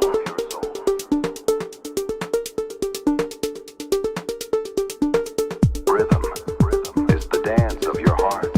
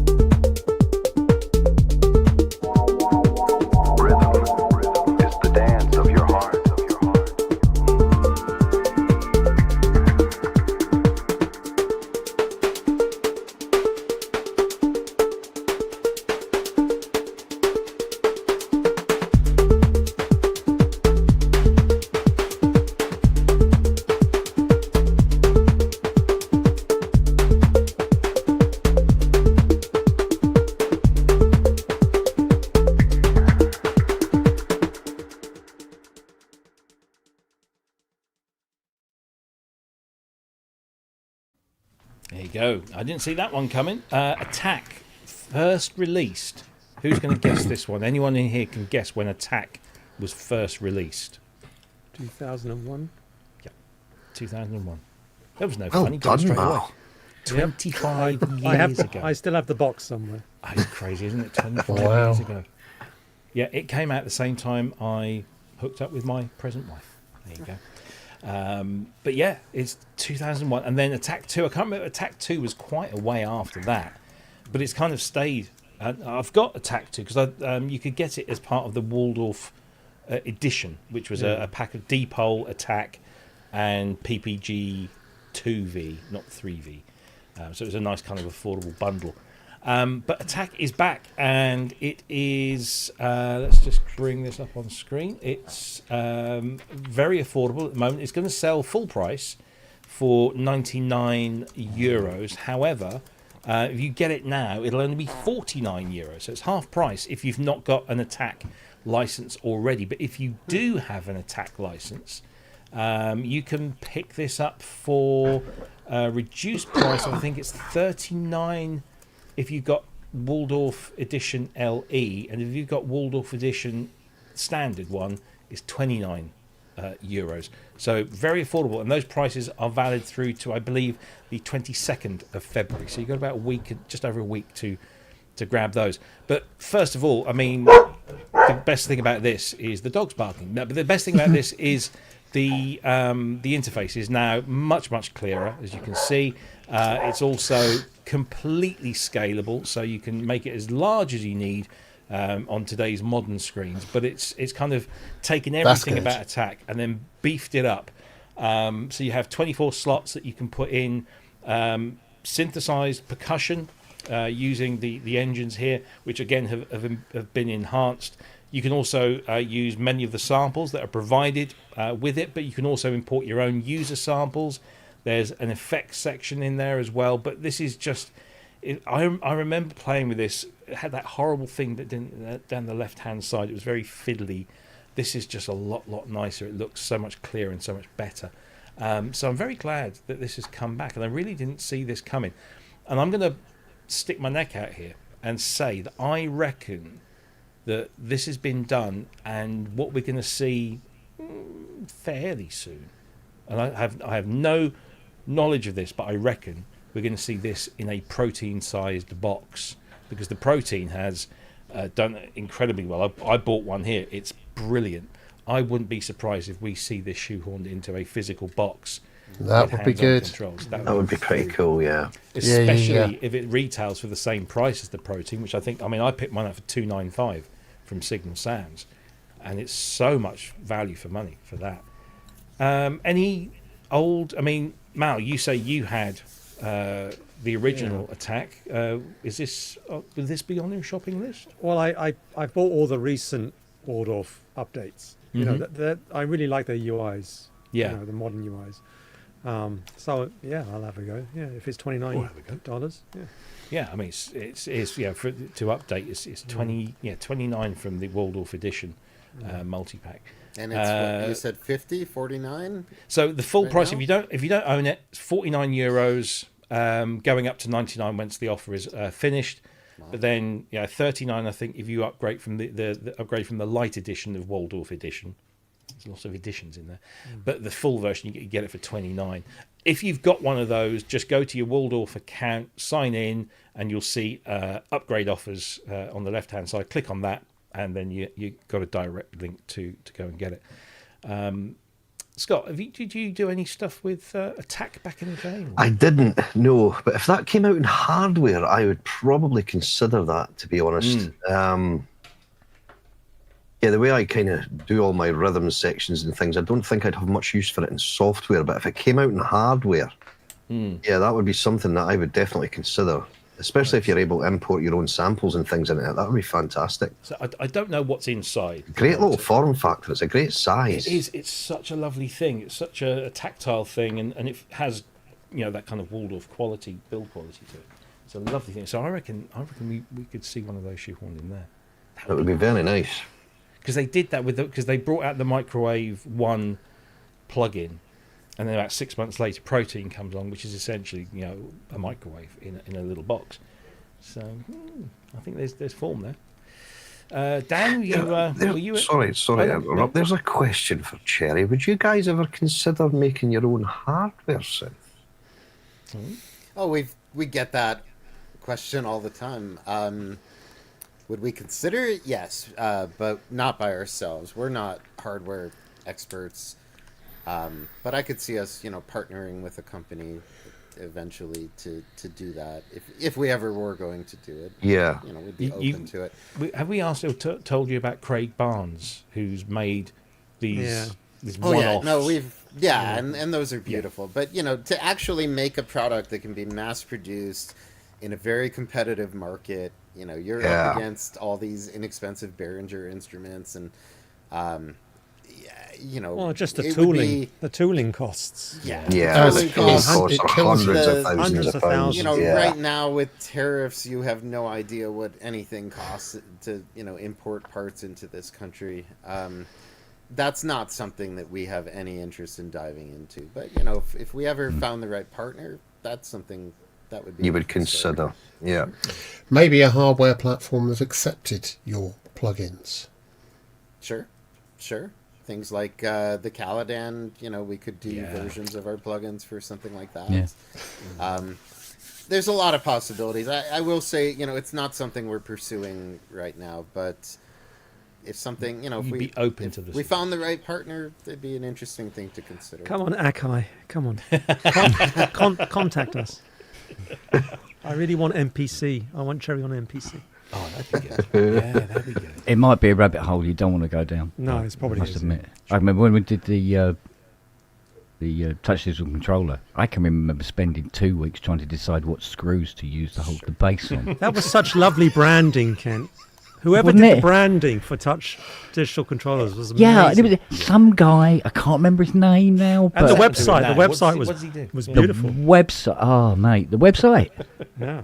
I thought the controller was Andrew- beautiful.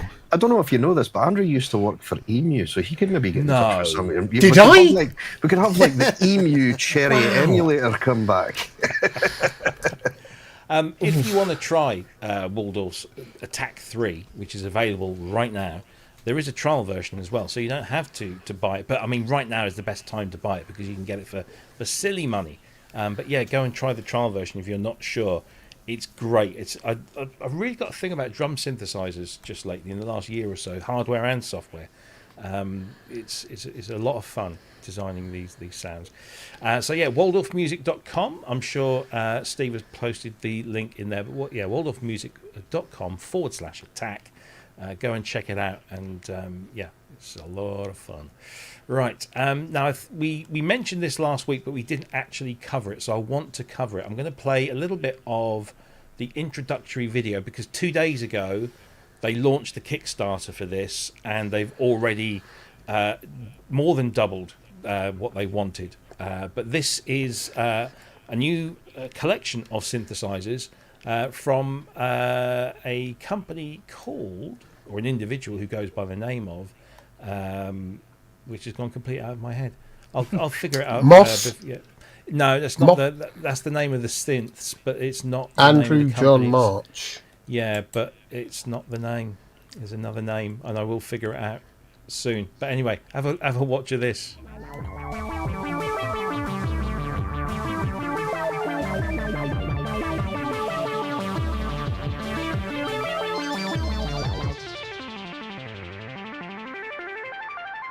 Hello, my name's Andrew John March. I'm a Canadian embedded engineer and musician.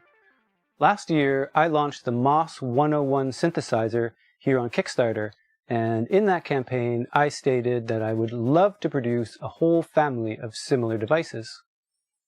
With the support that I received, I was able to add synth designer Lucas Henry to the team, and I'm beyond excited to announce to you today that together, we have created not one, not two, but 3 new members of the MOS family of instruments. First, meet the MOS 201, a West Coast style monosynth.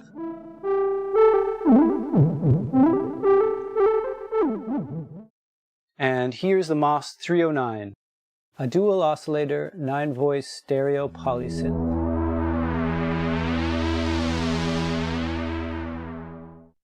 And finally, MOS 416, a 16-voice DX7-inspired FM synth.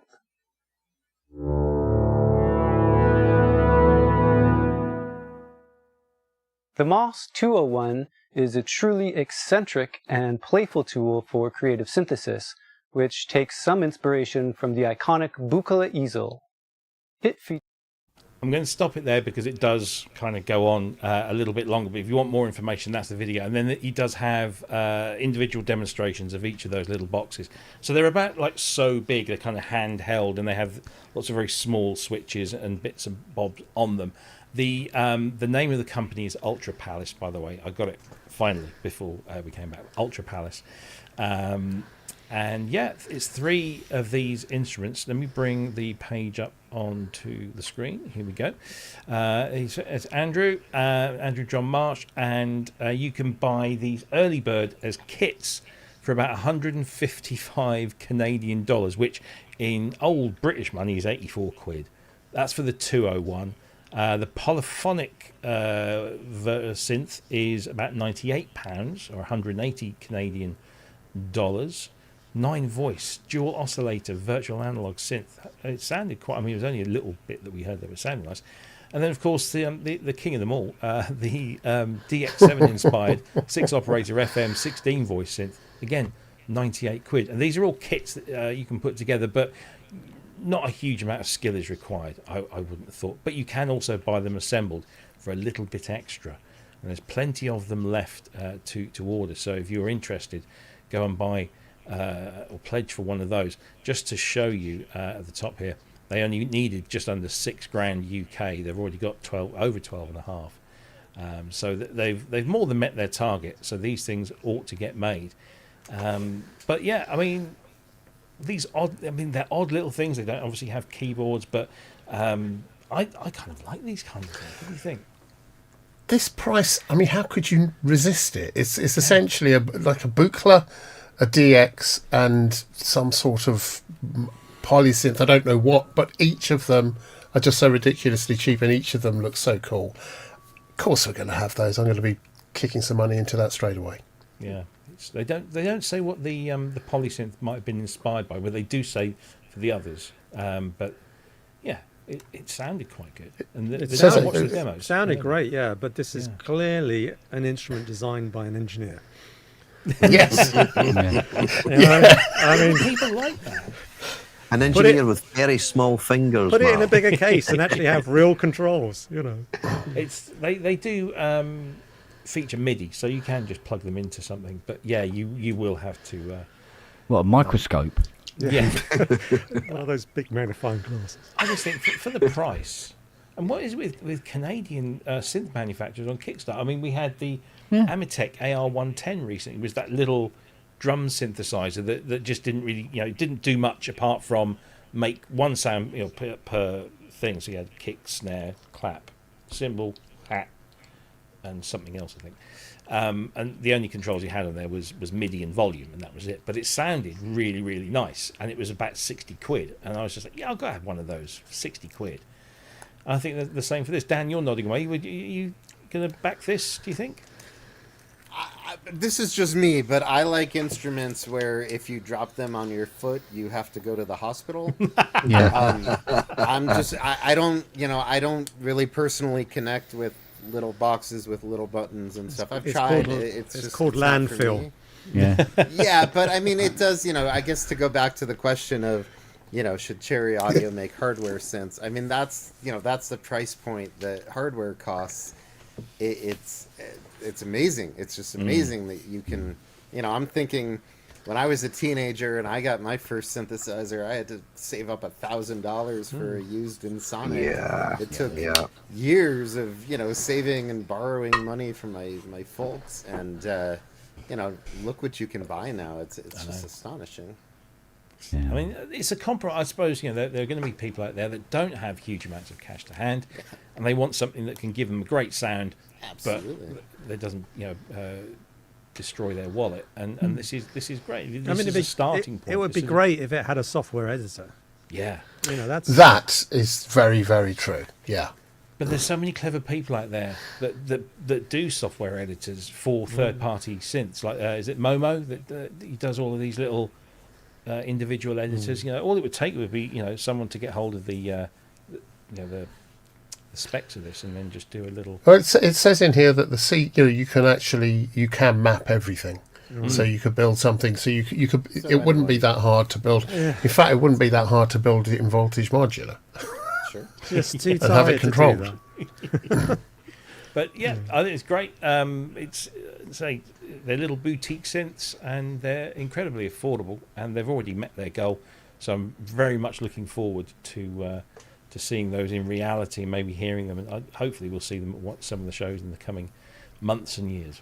Right, where have we got 10 minutes I must left? admit, can I just say that in that video, I had a squirrel moment. Seriously, just went, what? Like that, which made me not really see the rest of the video. But Okay. when he went, we don't have one, not two, but three. Did you see the length of his bleeding fingers?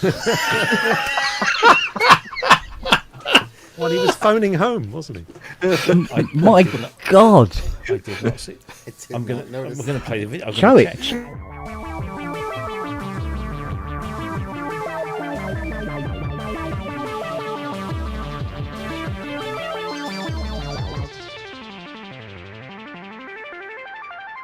Hello, my name's Andrew John March. I'm a Canadian embedded engineer and musician.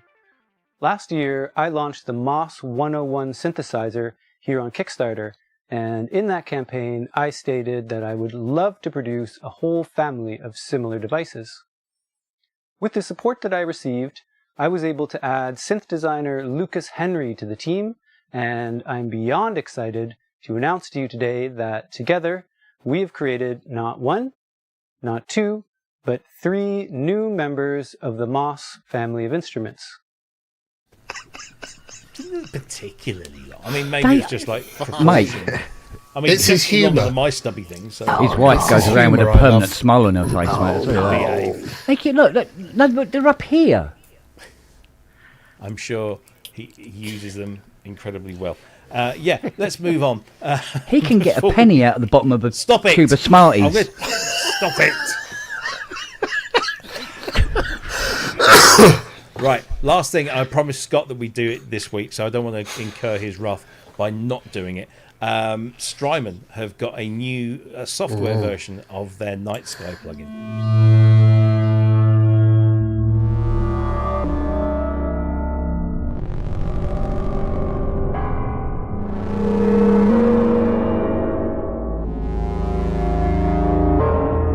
Night Sky is a powerful reverb-based sound design platform created to inspire experimentation. Its unique control set is intuitively arranged in sections, which we will look at one by one. Night Sky allows you to vary the process rate of its reverb core via the size pitch control.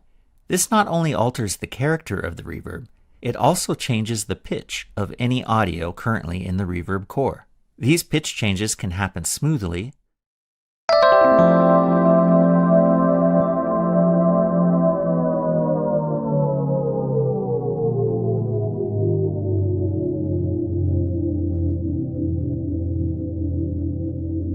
or they can be quantized to half steps or scales. There is a variable glide function for smoothing the transitions between those quantized steps.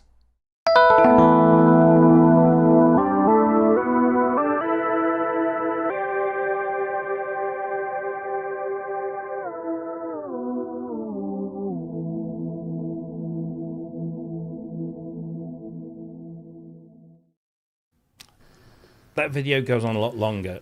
We only covered a little bit. I had to snip it from the main video. If I could ask any manufacturer, when you make videos, do it like Cherry Audio. Do like a 50-second, 1-minute little promo. Yeah, I don't want to be editing videos at 6:30, half an hour before the show. But anyway, I did. There you go. If you want to watch more, go to Strymon's YouTube channel. This is Night Sky. And I said this is a software version of their plugin. No, it's a software plugin version of the hardware because it already exists as hardware. But it's $99. Look, Strymon do really, really good effects, pedals and plugins. They're top notch. But I have to say, when I saw this, I was like, oh, not another kind of shimmery, distorting kind of reverb. Because have we reached saturation point when it comes to this? I mean, Saturation. I see what you did there. Yeah.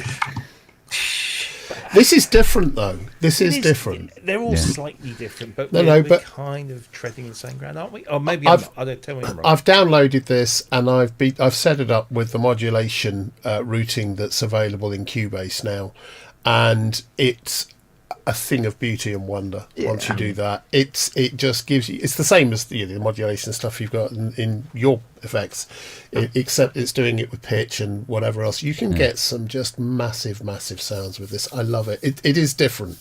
It is different. It does all sorts There are of algorithms that Strymon use are just they're stunning. They're so smooth. But yeah, it's the Night Sky is don't you, James? Yeah. it's a bit darker than what the Big Sky is. Yeah. Well, that's Maybe why because they it's called it the Night Sky. Yeah. But in tonality, I think that is I knew actually you were going deserving. to laugh at that. Just hear a tumbleweed go past. That's great reverb. Yeah, there you go. Anyway, no, it does sound nice, and yeah, for Sounds nice. $99, it's a lot of sort of processing power there. Time warped reverberation. Mal, Dan, any thoughts on this? Yeah, I mean, I like it. I looked at it. I'll probably buy it. I mean, it's the problem is like if you go, if you look at the Valhalla stuff, there's a separate reverb for different characteristics. This seems to me like one reverb to rule them all. So it does actually, yeah. Now you mention it, it does have a lot of those kind of features. Yeah. Any thoughts on this, Dan? I'm just learning about it. I'll go back and watch the full video, but I'm just thinking, back in the day, you'd spend thousands of dollars for a Lexicon, one reverb unit, and we're just so lucky to have this kind of technology. That's awesome. That's the TC. Lovely. Yeah, beautiful. The TC. I did look at that back in the day and thought, Thing is, you can ignore the reverb almost on this, and you've still got a huge amount. There's so much you can do with this. Which is Everything what I makes heard it sounded fantastic. And, it wasn't that long ago that doing that kind of smooth pitch shifting in software was, quality-wise, could be real hit or miss. But as it's just so smooth, it just sounded wonderful. It sounded really great. Indeed. We've pretty much run out of time on the show. There were a couple of things I just wanted to mention here. Again, Nick, our top questioner, every week he's our top questioner. Speaking of 295, which I guess he's referring to when we were talking about the Waldorf protein, anyone heard when Kadamo will drop the Mask EX again? All I can tell you is that they are busy working on something, and one might assume, but might be incorrect in that assumption, that it might be another edition of the Mask 1 EX, but in maybe just without the limited edition panel work. But they were absolutely knocked out, and because I think they sold them all within 10 hours of us speaking about it on the show. People were telling me we must have contributed at least 20 odd sales, and I don't think they made very much of them. He's got one there. I've got one here as well. It's sign up to the newsletter. And talking of Kadamo, they've just released another firmware update for the Essence FM, which is an incredible FM synthesizer. So another update from them. So they are still plugging away. They're still doing some really, really good stuff. So watch this space. And I keep inviting Stefan onto the show, but he's always so busy. And he had to do it, didn't he? Everyone should buy a Leviathan so they can play their Cherry Audio synths with Poly Touch. Ever the salesman, Ken, ever the salesman. How do you sleep at night? So thank you very much. There was another question here from Monmouth115. A little off topic to the FM guys on the panel. Have you loaded DX7 patches into a Kronos? Can DX1 patches be loaded? Well, I can't speak about uploading DX7 patches into a Kronos specifically. I don't know whether there's a DX to Kronos converter for that. But if it can then do DX1 patches, because DX1 patches are DX7 patches, except you would have two of them possibly playing. Plus the performance, So Nick House should be able to answer Nick that. House should be able. Who was I speaking? I was speaking to Peter James Stephen, who is our the guy behind Synth Southwest, which I'll finish up with in just a moment. He imported all of the DX5 factory banks into his Op6 today, which I don't know how close the Kronos FM's engine is to the Op6, but who knows? It's worth asking. And you can ask Korg themselves, because Korg are hoping to be at Synth Southwest, which is happening in about 5 weeks' time. It's getting scarily close.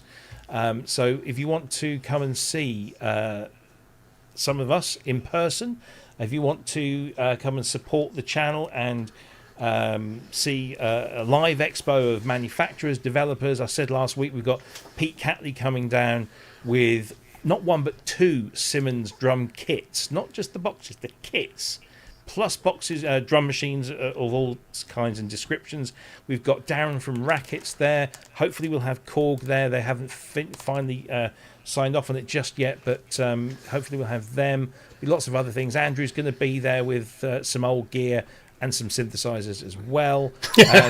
Cherry Audio will have a little stand where we hopefully sort of big them up. We'll have Kent on a screen so you can interact with Kent live like you would in a pub, but you just do it there. And it's all happening in Dawlish in Devon on March the 21st. And then in the evening, we've got live music from Peter James Stephen, Dr. Mike Metley, who's flying over for us, which is amazing.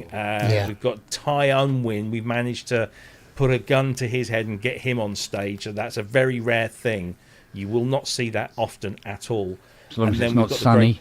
Then we've got the great Dave Bessel headlining for us. Dave Bessel, of course, 1/4 of Node and a very accomplished musician in his own right. So it's £10 for the day, or £10 for the night, or £18 for both. Tickets are available at synthsouthwest.com. Go and buy them now. They are, I wouldn't say they're selling fast, but they're selling well. So do make sure you can get there. And it's in Dawlish, which is down on the Devon coast. And hopefully on March 21st, we'll have some great weather, because that'll be like the first day of spring and all that kind of stuff. And you can get the train right down there. I was thinking about coming over. Oh, that'd be fantastic. Oh, do. Yeah. My brother lives in Kingswear, so he's just up the road. Yeah. So. Wow. But yeah, if you're worried about transport, I mean, literally the train comes from London Paddington all the way down, and you get off at Dawlish, and you literally walk across the road, and you'll be there. Simple as that. And there are some hotels and Airbnbs if you want to stay over for the evening. So yeah, please do come and join us. Bring Yeah, bring lots of cake. You don't want American cake. No, I don't want American cake. No. There you go. That's the website. It's called bread. What's wrong with our cake? Really. Come on, Dan. British cake, British baking. Come on. Please don't forget Bob Moog Foundation. They're doing this amazing raffle. You can win a Minimoog Voyager XL, the 40th anniversary version of that, signed by the legend that is Thomas Dolby. So do go and buy your tickets for that. Hopefully Steve will post that link in the chat. Also, hi to Dina. Dina Perlman was there as well. Of course, we're supporting Dina and Michelle with the proceeds from Synth Southwest. We're not making any money from it. We're splitting it between them and the organisation, the charitable organisation that runs the venue. So everyone that helps us gets a cut of that. We're not in it for the money. We just want to get people together in a place and have a bit of fun. So please do come and check us out. Dan, Mal, as always, thank you so much for giving up your time. 2 hours is no mean thing when you are busy people like yourself. I'm not going to ask you what you're going to give us next. We're just going to sit here and wait. We can't wait, because the little taster you gave us sounds very interesting. But thank you and congratulations on congratulations on it. It's a brilliant. Yeah, well done. Everybody loves it. And don't forget, you can get, if you subscribe to our Patreon or to our YouTube channel, we've got a special bank of 40 presets, half by Andrew, half by James Dyson, that you can have for your SH Max. And there'll be some more going up over the weekend, I hope, if not early part of next week. Have a fantastic weekend. Make sure you look after your loved ones, because it's Valentine's tomorrow. So if you do that sort of thing, have fun. There's loads of great synth shows around on the internet. Do go and give them your patronage and subscribe to them as well. Don't forget to hit our subscribe button. And we will see you all same time, same place next week. Take care, everyone. Bye-bye. Happy Valentine.